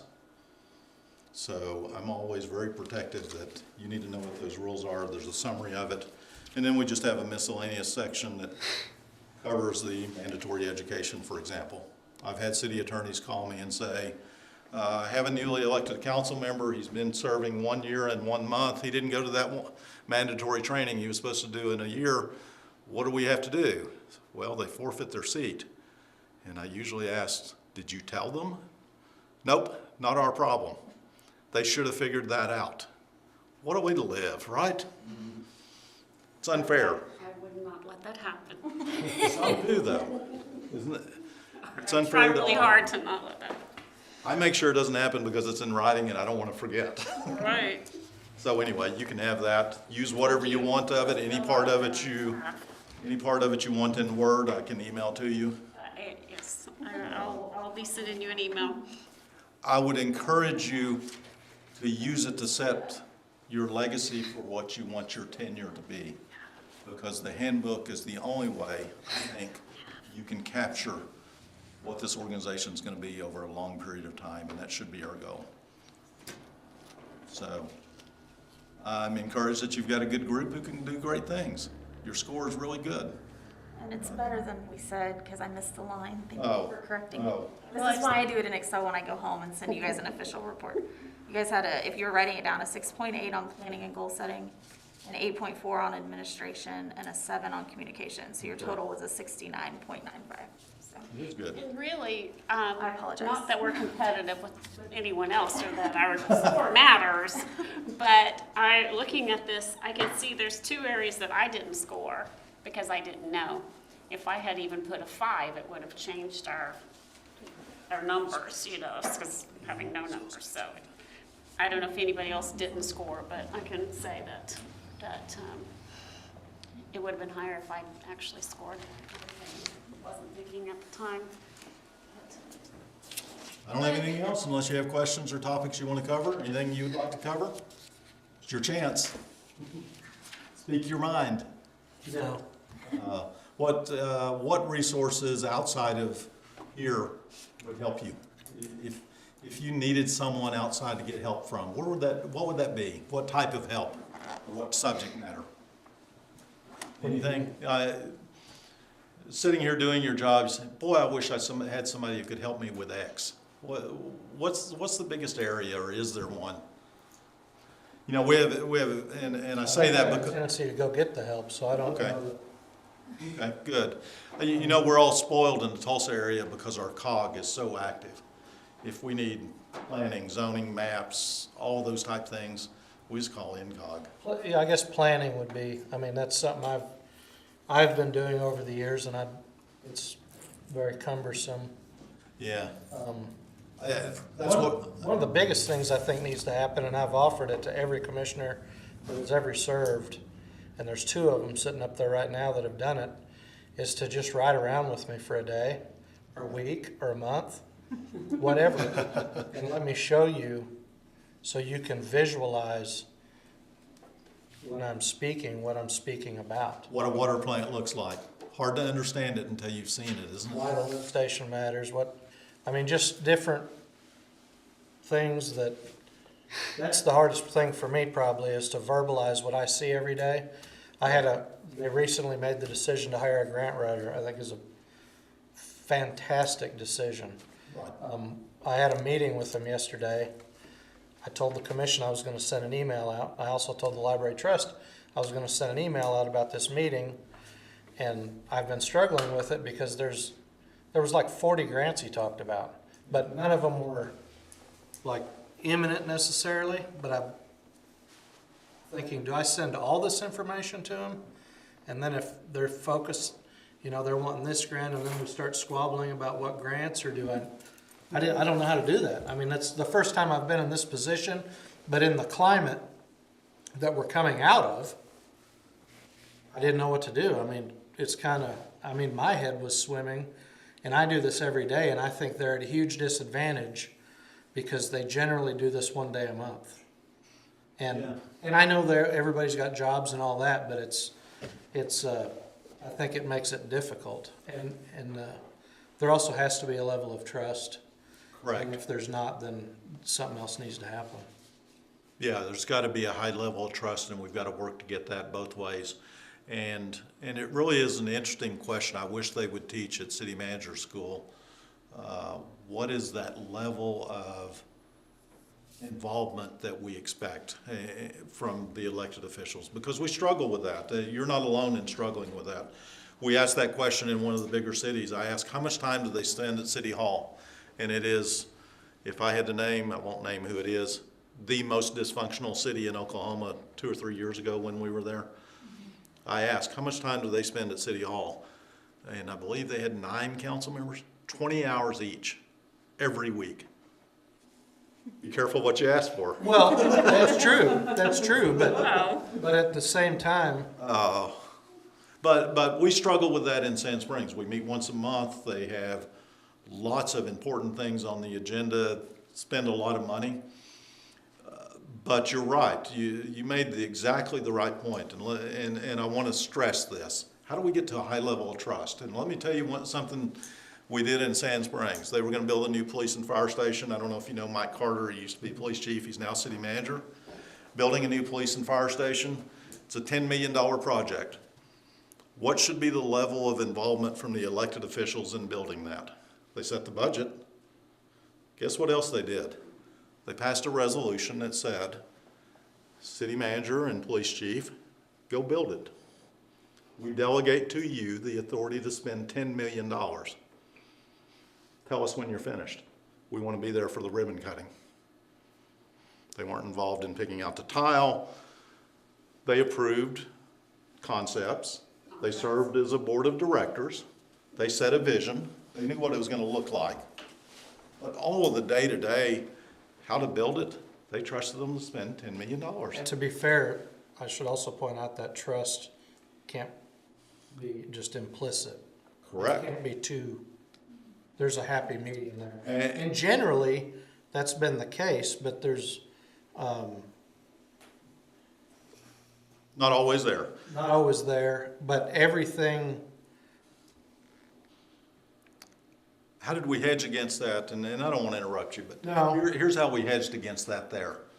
There's a duty to report every month on the status. So there's a monthly report. Here's where we are. Here's how much we've spent. Here's what it looks like.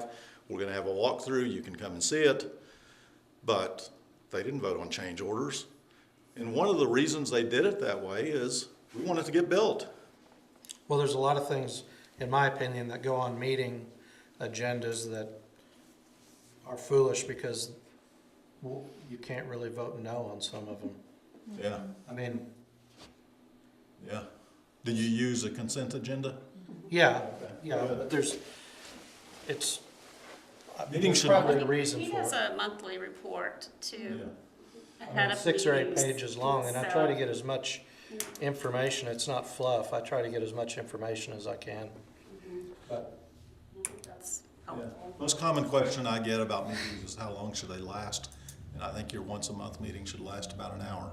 I've never been here, don't know how long they last, but that should be a good target. Manford, our meetings last about 20 minutes. And that's for the public trust, the city, and the Housing Authority Trust.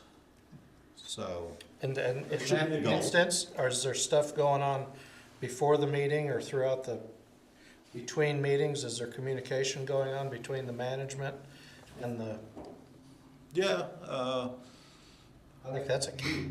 it is. I mean, you have to- You know, Sand Springs, we have council committees who meet separate than the city council. We have 7 council members, so we have, for example, a finance committee that is 3, and they meet not every month, but most months. We have a public works committee to review public works projects of 3.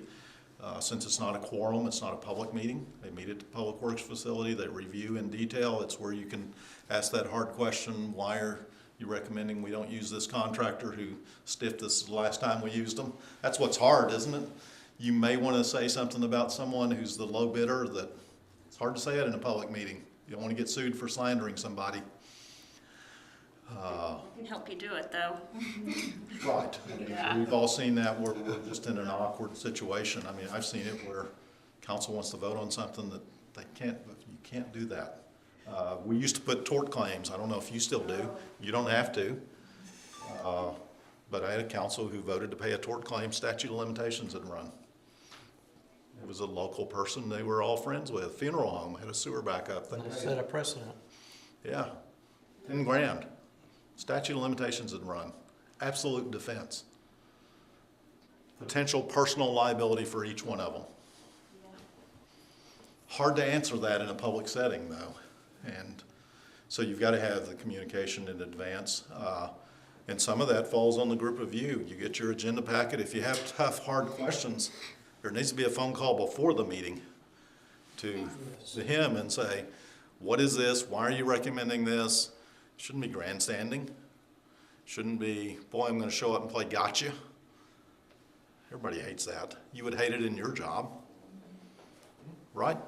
Call him and say, well, you're recommending a green lawnmower? I like a orange lawnmower. No, lawnmowers don't go on the agenda. What's your spending authority? How much can you spend? 10,000 Okay. How long is it? Is that set by charter or by ordinance? ordinance. It was 5,000, I don't know, till 6 or 7 years ago or something. No set standard. It's No.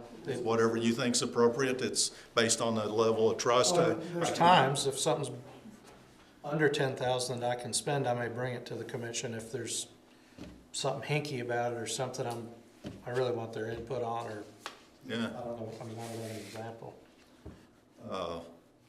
We went to a county seat-sized city, and I got met at the door by a council person who said, here's what I want you to tell them tonight. I said, okay, we usually don't do that. What is it you want me to tell them? And she said, I want you to tell them the spending authority is out of control and they need to change it. And I said, okay, what is it? It's a county seat city, $1,500.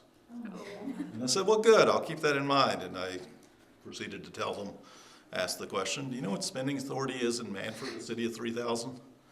It's currently 100,000. It's the town administrator spending authority in Manford, Oklahoma today is 100,000 because it's tied to the Competitive Bidding Act, and it just went from 50 to 100,000.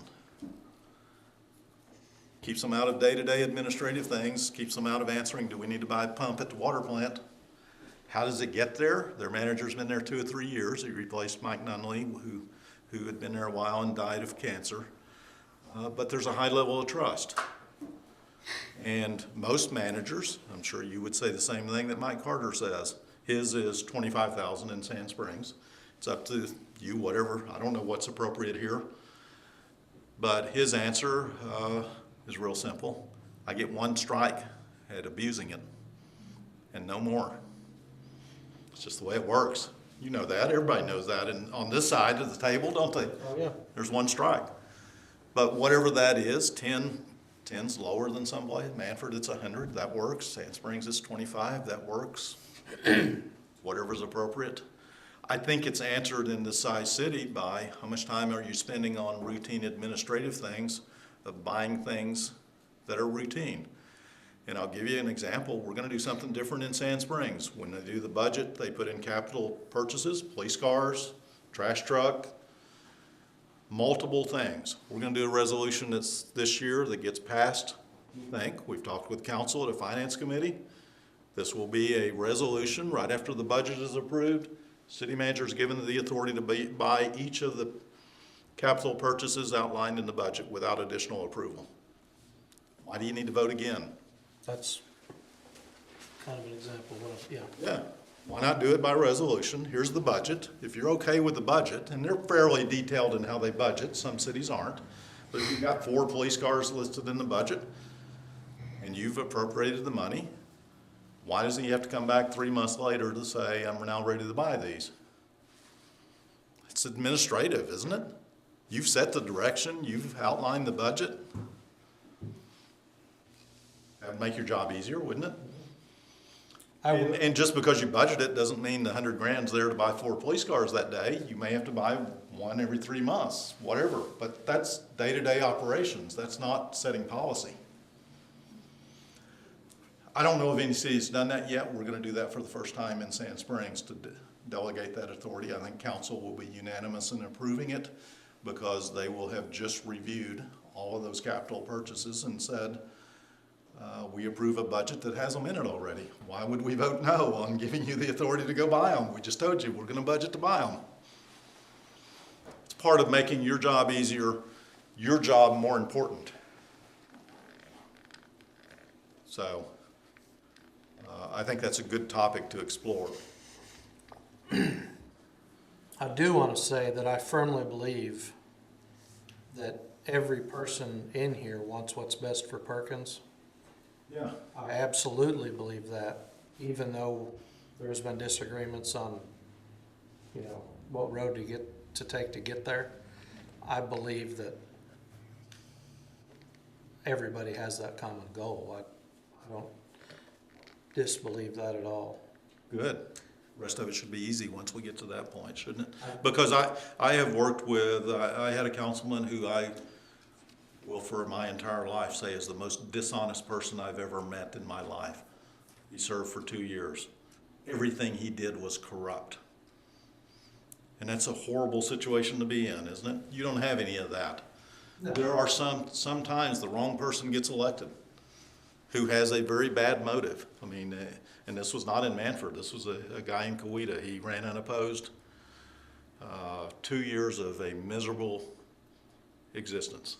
His first day, he wanted to meet with the city manager and he told the city manager to shut the door and said, I wanted to be on city council because I need sewer to my 100 acres north of the city that's outside city limits, and the city's going to put it there without me paying for it. And you're going to do it, the 2 of you, or you will be fired. That was his day 1 instruction.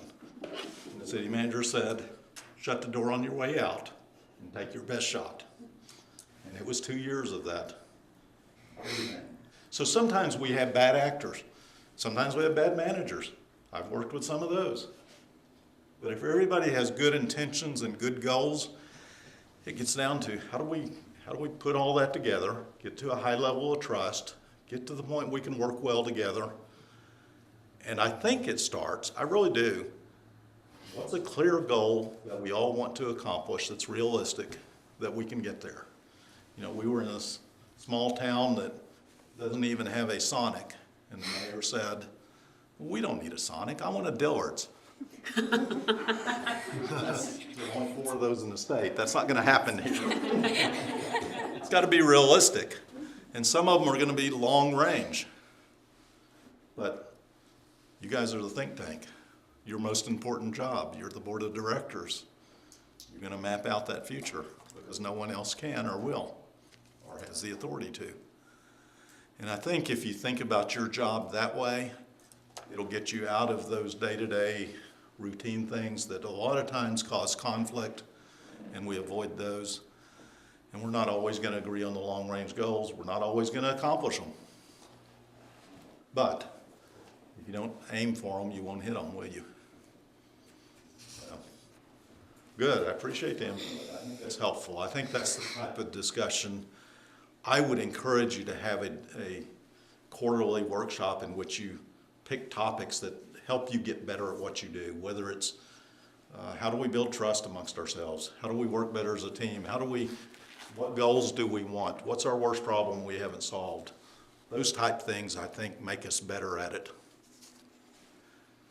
And then, even though a lot of things are none of your business, a lot of things are your responsibility. And yours is a different responsibility. You know that. It's just different jobs. We see a lot of places the conflict comes from you doing his job or him doing your job. It's not his job to be the visionary. It really isn't. He's the administrator. And we see a lot of city managers that get thrown into that role because they're not doing their job. And that roles get mixed up. There are lots of training materials on the OMAG website, so I'd encourage you to look at those, and any information we can get you that will help. More than willing, OMAG's more than willing to have us come back if you want to have one of those workshops to talk about long-range planning. More than willing to come back and help facilitate that if it will help. If you want to do it on your own, that's fine too. Whatever works. Questions, Tammy? You're looking at a handbook. She's thinking, this is a lot of info. Most of it I have. Okay, good. And the rest I will get from you. But no, I'm just thinking, looking at it, that most of it is kind of set in stone. Open Meetings Act, they're not going to be able to deviate from that. Right. You know, conflict of interest statutes are there. What they really will develop for themselves is the code of ethics. Correct. And the online one, if you'll remind me, I'll email it to you. We just approved Monday night an updated version. And I stole some things from a city in Texas, and then added the not getting involved in national political issues, but really some additional basic concepts of how we're going to get along better. Okay. So, I'll tell you that he did, when I started in municipal law in 2017, as city attorney for the city of Bixby, that was, the ethics code was on their agenda. It was on everybody's agenda because David had done it. Well, and it was such a good idea.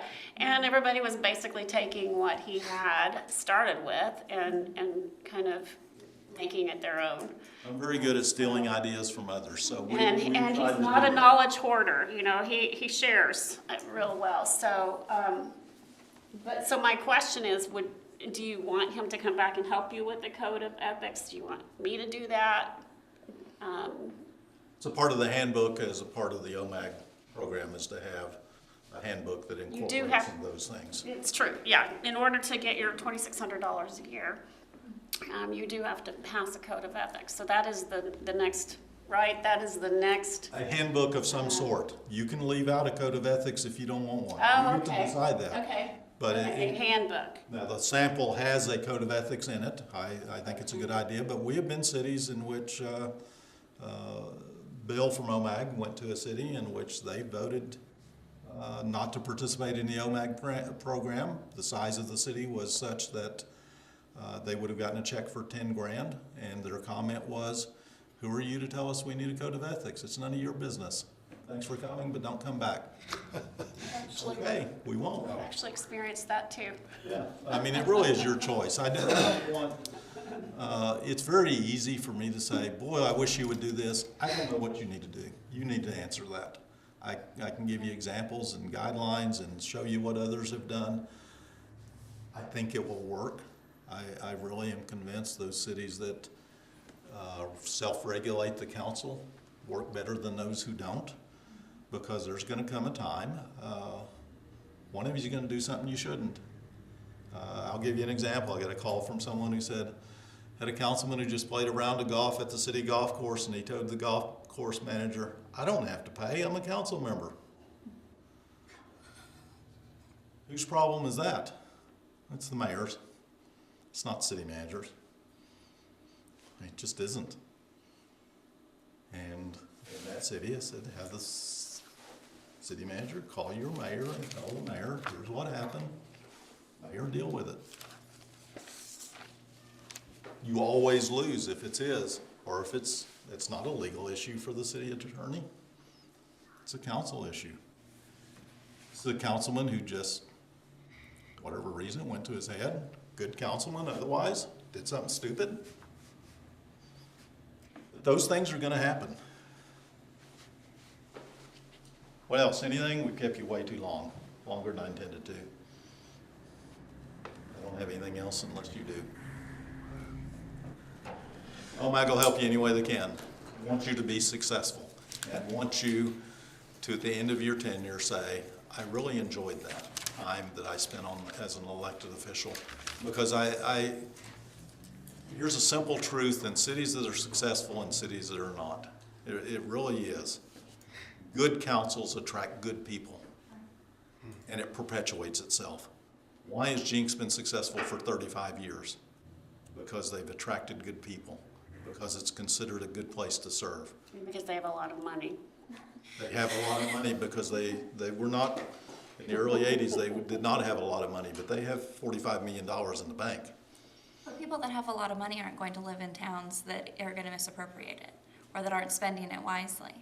And Perkins is on the brink of that. We have a good budget system. We have a great clerk. Public expects you to be solvent and to make good business decisions. They really do. We have that potential. That's what they expect of you. But just as good councils attract good members, bad ones attract bad members, and it perpetuates itself. If you want to guarantee a bad course in the future, bad behavior will attract others. I'll look at it later. Those cities that have meetings that are like the Jerry Springer Show attract the public who likes watching the Jerry Springer Show, and council members who enjoy watching the Jerry Springer Show. And it self-perpetuates. I think Aaron had a question, and I think Autumn had a question. Go ahead. Okay. Go ahead, please. I'm good. Okay. I just wanted to know, through the course of this handbook development process, are you available to come back? Sure. I mean, I thought this was extremely valuable, and your experience was extremely valuable to hear. Yeah, we can help with that. Possible to have you come back maybe once as we get closer to the end and review it or something? I don't know. I think that would be.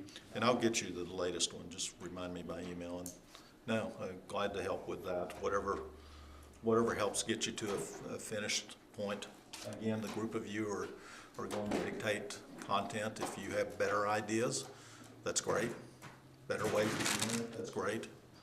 You know, we talk about the financial reserve policy. I think one of the best things we ever accomplished, we didn't do a thing other than mention it in Muskogee. It is interesting to me that Muskogee existed for 100 years before they had a financial reserve policy. And they created one better than any I've seen. We didn't do it. But we were there and told them, you should have one, and here's an example of one. They did it better. You got that one? Yeah, we got an electronic. It's just interesting, and I think that's the point of all of this. Must have been part of their culture. I think just being challenged, a really good finance director who was challenged, and a city manager who was challenged, that let's just do this. But I shouldn't forget to mention, I'm always amazed we go places and we see tremendous work that none of us know about. And it's just interesting. Cities do a horrible job of sharing information. They really do. Great work that goes unnoticed. There's probably great things your city has done that none of us know about, and that's a shame. We're going to start a program. There's a recognition newsletter that OMAG's let us start. The first one Aubrey's got ready. It'll go out in January. You guys will get a copy as a participant. But one of the challenges in it is to tell us what you do well. And I wish we had a statewide program where every city would share what they do well, because it's amazing some of the work we see around the state, that cities have done some great work. And I would bet you guys do some things in different departments that is better than anybody else in the state, and nobody knows it. And that's unfair to the rest of us. Right. And that's what we try to share, is what we see, this great work around the state. You know, one of the first financial reserve policies we saw was in Robbers Cave, whatever that city is. Wilburton. They'd had one for 15 or 20 years. And when we were there, of course, I asked, why do you have this? They were almost bankrupt 15 or 20 years ago. They had to hire a financial consultant to come in and help them save themselves from bankruptcy. Crawford did it for them. And they'd had it all this time, none of us knew it. Just interesting. Kind of the way the rest of us should live, so we stole that. Most of this we've stolen. Thanks for having us. We'll help any way we can. Thanks to all of you for taking my hard questions. I hope I didn't put too much embarrassment on any of you, but I think if we talk through our issues, we do much better. Lots of great ideas. Thank you. Thanks. So, how do you think we should proceed from here? Are we supposed And we vote start- on something?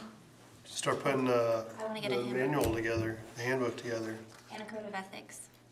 Yeah, It's like most of that's probably gonna be straightforward, and then maybe the code ethics and a few other things we could. yeah, And it so, doesn't have to be on that size. I mean, It used to be twice as big. Yes. no, Lots of it those. really should we be are something competitive. That's right. we do every year and make better every year. Yeah. I mean, we didn't start with that. This is 15 years work. Jessica. I did have one question. You said in Sand Springs they have committees, Yes. commission, or council committees. How is that done? Council appoints them. The resolution creating them is in there. If it's less than a quorum, they can meet. It doesn't trigger Open Meeting Act. They don't take any action or spend any money. It's discussion only.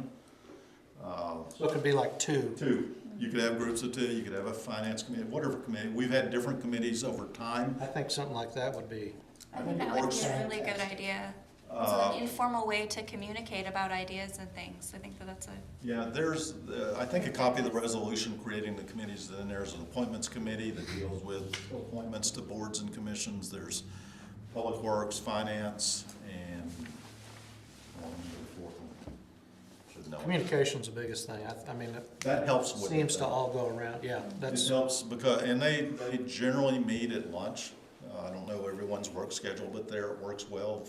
Come to City Hall, we're gonna have lunch, we're gonna have a finance committee meeting. Here, we have an agenda, no actions taken, but it's a more in-depth review.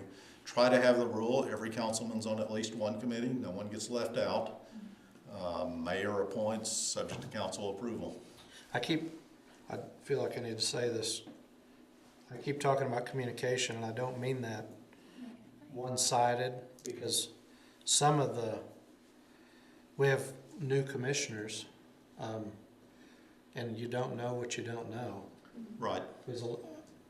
I think that's the basis for a lot of issues that can come up, because You don't know. how do I know, what am I supposed to do, or how do I know that you're doing what you're supposed to be doing, or? The best training program for council members I've seen in the state is from Guthrie. And if you knew the history of Guthrie, up until 6 or 7 years ago, they've been a train wreck for 20 years. Leroy Alsop is city manager. I've never done any work for him, but we go there for training. They have us as a regular part of it, but we're a small part of it. They set aside a full day for council orientation and training. They review mostly what's in their handbook, charter. All the documents? They have a report from each department head, and then they have a tour of facilities. as a part of That's that. exactly what And Guthrie is the model. We can get you an agenda of how Guthrie does that. I think it's It's really unique. We're, They do it every year or every election cycle, so after the election, it's just Yeah, a that set too. day. Maybe they could didn't we for start every new like that, person. and that's gonna be in the first recognition Yeah, newsletter. there's a little bit about it in the newsletter. You Well, and guys- Autumn did the tour. I mean, I think that Yeah, being the regimented, mayor's done it. being regimented, if everybody gets the same thing helps though, doesn't it? It's hard. And they have Makes- breakfast, they make a whole day of it. It's a real nice thing. Kind of they forces do. you to get to know each other. Yeah. Yeah, it does. Yeah. Which is the best way to do work. And Broken Arrow has the same kind Do of they? thing, yeah. And I mean, pretty, like you say, pretty regimented to the point of, okay, you're gonna sit down with this, you know, the head of planning and the lawyer to go over the PowerPoint on how planning commission works. We go through So Sand that's- Springs, if we have a new council member, we sit down, the city manager, city clerk, and I sit down with them and go through the handbook, start to finish. Yeah. Similar. Yeah. Yeah, and, yeah, and meet with all the different department heads. You have to be careful with that, because, again, he's the boss of those department heads, but, and that's always an issue, so. Yeah, it's what level of contact you should have with department heads, the group of you should talk about and understand and be on the same page with. It's always an issue. Yes. So I have two questions. One is there a resource at OMEG to help Mary, like we have our capital improvement plan, but we also are wanting to create the long-range plan. But those kind of seem like the same thing and they kind of don't seem like the same thing. And so I don't know how others feel, but I feel like there's a bit of confusion Okay. with that. Is there a resource to kind of help understand the difference of those things, or how those are the same or different? Or Okay. Capital improvement plans, I think of, maybe it's just me, we have to have, for example, FAA, Sand Springs has an airport. FAA requires a continuous capital improvement plan for the airport. It is, what are you gonna build and what does it cost? That's different to me than a long-range planning from council of what your goals are and what you hope to achieve. Comprehensive plan is a zoning document. You know, we were in a city not long ago that had not had a zoning code comprehensive plan update in decades, hadn't even discussed it. Those are difficult. I think of just what you mentioned, it's the planning side, professional planners, they're expensive for an outsider to come in and do it. Hopefully you have a fairly current zoning code, and I don't know, do you have a comprehensive plan? We have a comprehensive plan, but it's at the end of its life, Yeah, and it's not very good. a lot of them just aren't. And that's something I've been working on, is how do we get that done? Well, I think Tammy and I have talked about it briefly. Yeah, It it's is expensive, but it's needed. How much is it? And so, Is it around $2,600? Zero. times Yeah, I five. had another zero at least. Yeah, We got an estimate in Sand Springs once for a comprehensive plan update, and it was 50,000. And they decided to do it in-house and take a couple of years to get it done. I did They get, have an I got in-house. one that was like over 100,000 a quote Yeah. recently. There are people making a good living doing some of those things. Those are important for staff. There are things you need to be working on that are gonna take a lot of his time. Sounds like council needs to set some goals of where you wanna go though. In Manford, that's kind of what they did. They wanted housing starts. They wanted more of everything, the Seinfeld episode. More of anything in first class? No, more of everything. But setting some goals and working toward those. If you do that, you'll do well. All of those are important. Planners are a unique breed of people, especially hiring an outside planner. They just are. They're expensive. We know from your standpoint, we've taken a lot of surveys of not just staff, but elected officials. Most difficult question you'll ever face as an elected official, zoning and land use. Statistically, that's what it's gonna be, because there are competing interests, there's money at stake, everyone takes it personally. Oh, it's a battle. It's a battle. There's no winning. You can't do what pleases the majority, you've gotta do what's best. That's where the comprehensive plan helps you, Backs you up. because it gives you a reason to vote the way you know you need to vote. So those are just the hardest issues you'll face as an elected official. Well, we've talked about, Aaron and Bob and I had a discussion about maybe where I proposed doing a training for you guys on planning and zoning. Because I do have the PowerPoint that I know has been used in at least 2 cities. And I could probably answer questions that you have on that topic. So that fills in a little bit of the, that's wholly separate from this, but it would give you a little, because I remember sitting and watching the Bixby City Council deny a plat. Yeah. Thinking, you're gonna get sued, you're just gonna get sued. And luckily they didn't, because And we what they did is fixed it. They probably denied it because a big group of neighbors showed up opposed to it. And it was the politically popular No, thing. it was something about That's usually it. car wash. Oh, I helped negotiate a mine expansion of a rock quarry in Selma, Texas. So I've been. Oh. Holy cow. yeah, you've seen it as it's worse. He's had rock quarry experience too. He's in the books on a rock quarry case. Yeah, The Oklahoma Supreme Court on those issues, so, yeah. Someone wanted to build one in the middle of Sand Springs, so that was a hard sell. He just happened to own 1,000 acres in the middle of Sand Springs, in city limits. in city limits, in middle of Sand, right by Highway 97 Bridge, middle of Sand Springs. It's a great case. Pretty good spot for a sand and gravel mine. Limestone quarry, he said, would be worth $30 million. I'm surprised there's limestone right there.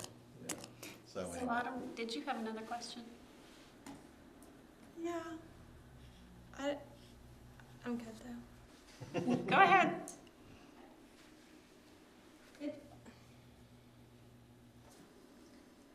I don't really know how to ask the question. It makes me, I don't know, it makes me very uncomfortable.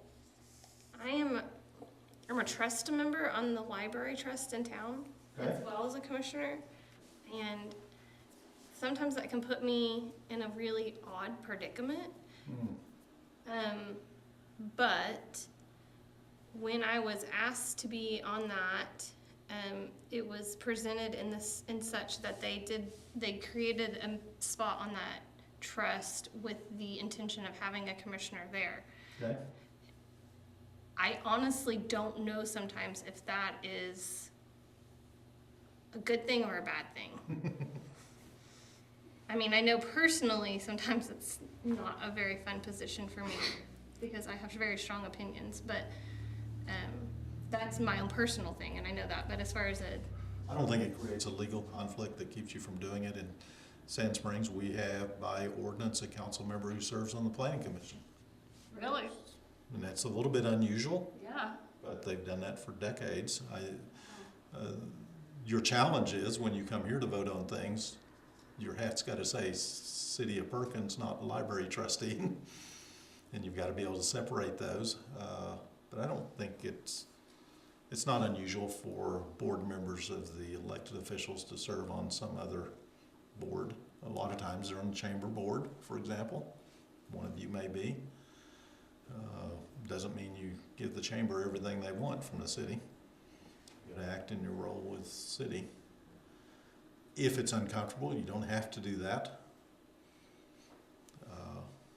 Shouldn't be. Most times libraries are not as difficult as cemeteries to deal with. Yeah. That's one of the first questions I asked. Do we have a cemetery now? Good, right? We still get yelled at for it, but See? Right.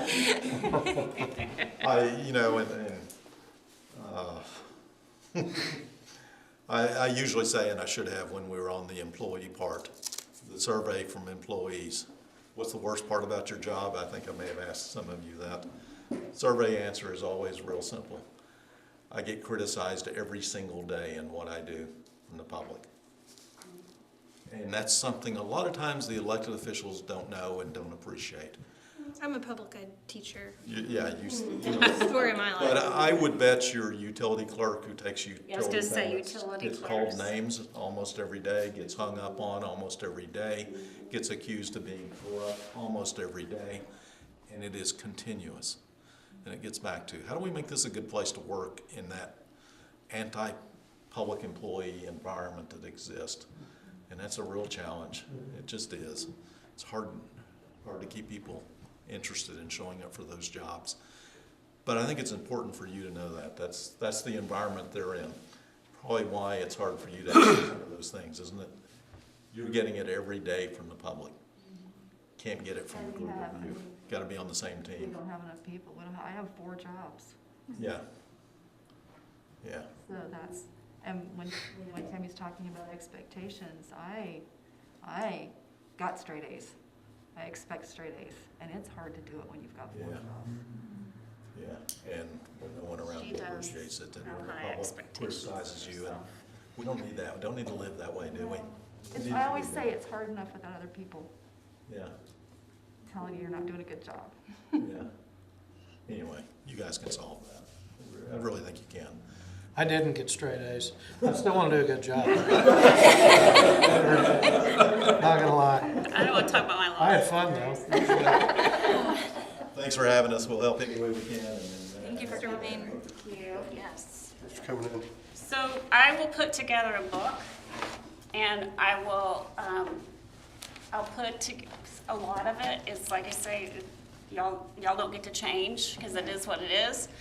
But what I will do is for like the ethics code and things like that, I'll put in what I think you might like. I'll put in the things that he sends me. I'll put in. Thank you. Are you out of here? Hold on, let me- Okay, well, thank you so much. I'll put in what I think, and then you can discuss it, you can change it, you can make it yours. I'll also put in, whatever he sends me, and I'll put in the OMAG version and let you guys play with it. It's probably very close to what Sand Springs has. And then we can have him come back to do help with the long-range planning. We can have him come back to, if you guys want to have a meeting for him to talk about how to, help you with the long-range plan and to review your book, just to get his ideas and comments. I can send it to him. He can go like this and probably give you a good. I mean, he's seen that so many times, and I can let him know what's different, and it shouldn't be that. But it's completely up to you how you wish to proceed.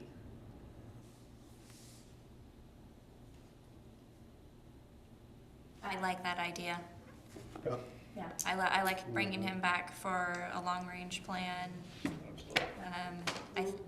With what he said about Autumn's question, I think it would be good for us to get together and talk more about those goals and more specifically, possibly, and then have him review what we've come up with and get his input before we finalize everything. I think he doesn't realize how much he knows and how far ahead he is, because in his mind, you guys already know what you should be planning, what the subjects of your long-range plan should be, and I'm sitting here thinking, I'm not even sure I'm sure he's gonna come up with some things you might want to consider in a long-range plan that I wouldn't come up with. Yeah. So I think that would be maybe not a bad idea. So that would be We want Bob and Rachel here for that as well, for their input. So I'll get this to you. We'll set another special meeting. Do you want to have one special meeting, or we could even do it at a regular meeting, just for you to discuss changes to the handbook before we have, kind of get it finalized a bit before we have David come back? I think so. Yeah, maybe we could do two things at once, kind of, if we want to review something in there with him, we could do that, and then the other part as well. What does everybody else think? Your forehead is My crinkling. forehead's always like that, Tammy. Okay. Always. Yeah, I don't know. What is our timing for this? I mean, we wanted to get a lot of it done before your term expires. So do we want to try to have it able to review by March? And then, Is that enough time? Okay. I mean, that gives us 5 weeks-ish, maybe. So maybe, Yeah. are you comfortable with putting it on a regular meeting to review the code, but knowing that I get it to you by email ahead of time for you to look at and kind of review, but as a group, review it. Fine with that. That's fine with me. I mean, we're already planned to be here. Who's doing it? Just us. Just having them review the I mean- I'll carry the discussion, is that what you mean? I don't think it's, no. You will want your review too and your input. Well, that's fine, but I also, I mean, this would be not to jump the gun or anything on the financial committee, but this would be the time to get that going, because we're working on budget, she's working on budget. I mean, it'd be, if there was a couple members, maybe at the I think February you're meeting we jumping could the bring. gun, Okay. because we'd have to have a resolution creating the committees, and we'd have to have an appointment to the committee. Well, even if there's not an official committee, I guess You can always pick one two or two people could come in. who might. And talk about it. Yeah, if you want I to. think that's a good idea to get that I would be going. delighted to come in for a couple of one-offs and just You say when? talk about it, so. Text me your schedule or whatever, and anytime. I would be willing to even do it as much as I can do it by myself on a weekend if people are working and such, or in the evening. I don't mind doing that. Now, I can't speak for her It because just depends on when, but But- I'm willing if I'm I'm not doing doing what? something. Meeting coming in about after finances. hours, if, Because people are working. Because in fairness to you guys, one of the things that he talked about that really stuck out to me was the things that are in the budget, like police vehicles or lawnmowers or whatever. Passing a resolution where those are just done. and They're administrative and it's over already in the there. budget. We've checked the box for the budget and we don't talk about it again. I agree.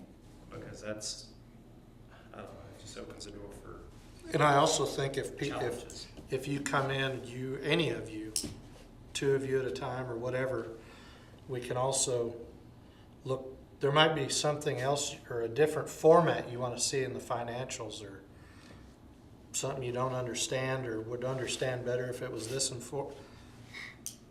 so we can get the information to you and, you know. I inherited that format. I tried to tweak it where it made sense to me, but that doesn't mean that it's And then I tweaked it a little bit, but carved in stone.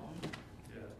Well, I think we can do that. We can do an informal meeting for the financials, and, I mean, I don't know, the whole resolution thing, the mayor would appoint that, but whoever else wants to do that, and then do this handbook review in March for your input, and then the code of ethics, and then have him come, anything A anybody, special meeting, maybe even in March. Or yeah, later in March to When is just, your, before, April. have to be in April. March.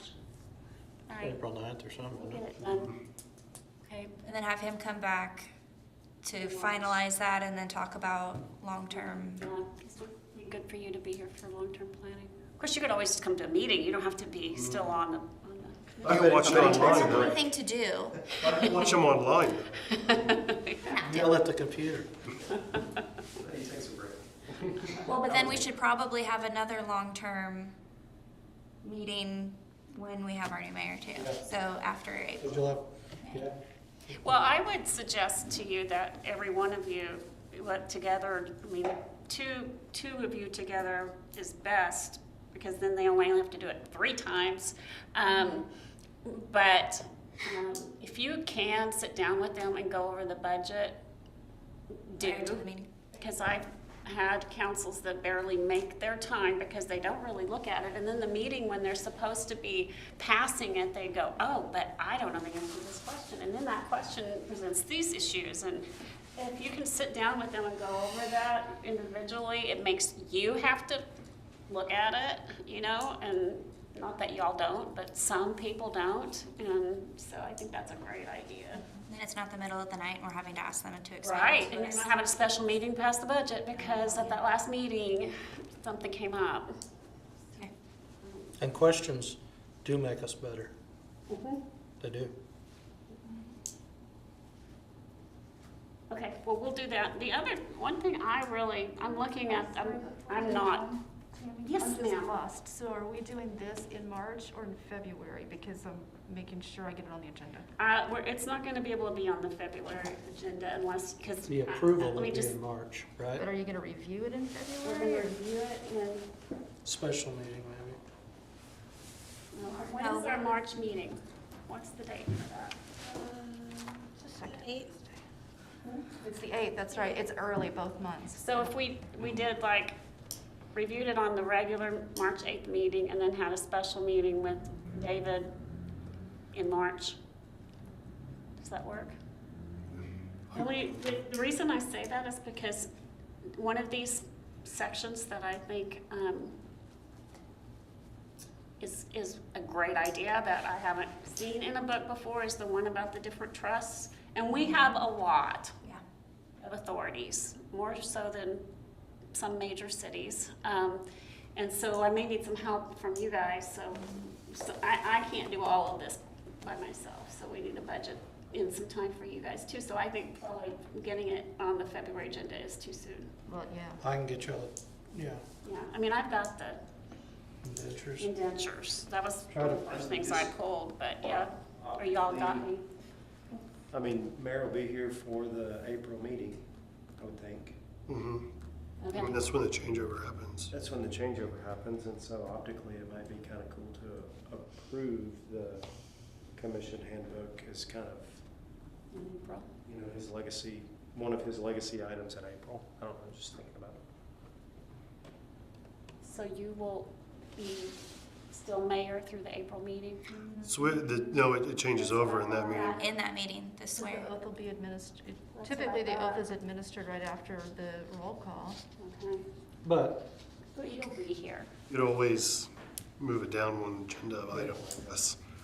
I don't know. I mean, I assume. those are so many now. I want to say the law says, I don't remember. Yeah, I think You'd have it's, to- yeah. We can look the at term it. It's gonna starts be interesting. at, It's gonna be yeah. interesting, because it's gonna It put us does. back to a board of 4 again for a period of time, Possibly. Yeah. possibly. Um, I mean, there's a chance of it, I expect. yeah. I don't know. I expect. Well, we could do Yeah, a we'll special see. meeting. Can we do a special meeting on the Monday to approve it? And then the Tuesday we'd have the meeting and he would. You could probably, if you set up the special meeting, Before I would really the, prefer we not do the special meeting the Monday before because it's the school board meeting. oh yeah. Well, can we do the special meeting before the commission meeting? Can we have it at Which 5? is what you suggested. You suggested a rule at the regular March meeting, a special meeting later in March. well, a special meeting with David. Yeah. And if we're ready to go on the handbook, I mean, we could set up the agenda for that special meeting where you can pass it if you're ready to. And then if you're not, then we figure it out from there. Maybe Okay. it's that way. It's better. So we'll have something to you before the regular March meeting for discussion as far as the handbook at the March meeting. And then we'll have a special, I'll go ahead and clear a special meeting with David and y'all sometime in March. And we'll set that meeting up where you can pass something if it's ready to go. If it's not, we may just have to do it at the first meeting in April, or have a special meeting just for that, which is fine too. You can do that without me, just like you're Hopefully begin. Next week's without- If it's ready to roll, we just come in and do it and That's be really, done. I can see the That works. concern. Friday. So hopefully- There, I do have one thing I would like to just, that's bothering me. The stability test. The score, the average for meetings is much lower than I thought. And there's a reason for that. So if you guys think about it, send me an email, and that's you too, as to what you think could be different about the meetings or why you might not have given that an 8 or a 9 or a 10 or a whatever. If it was this, I would have done, if the meetings were different in this way, I would have done higher, I would have scored higher. Just let me know, if you don't mind. I want you guys to feel good about the meetings. Okay, thank you. I want you to feel as good about the meetings as I do. Okay? Thank you. All right, yeah, all right, so we'll move to adjourn. Thank you. We still got it, yeah, we got to vote. We're in an actual meeting. You have a second? Mayor, Yes. Sharon, Yes. Sarah, Yes. Justin, Yes. Autumn. Yes, ma'am. All right, thanks everybody. Sure. Thanks, you guys. So we want to turn the thing off. Turn it off, yeah.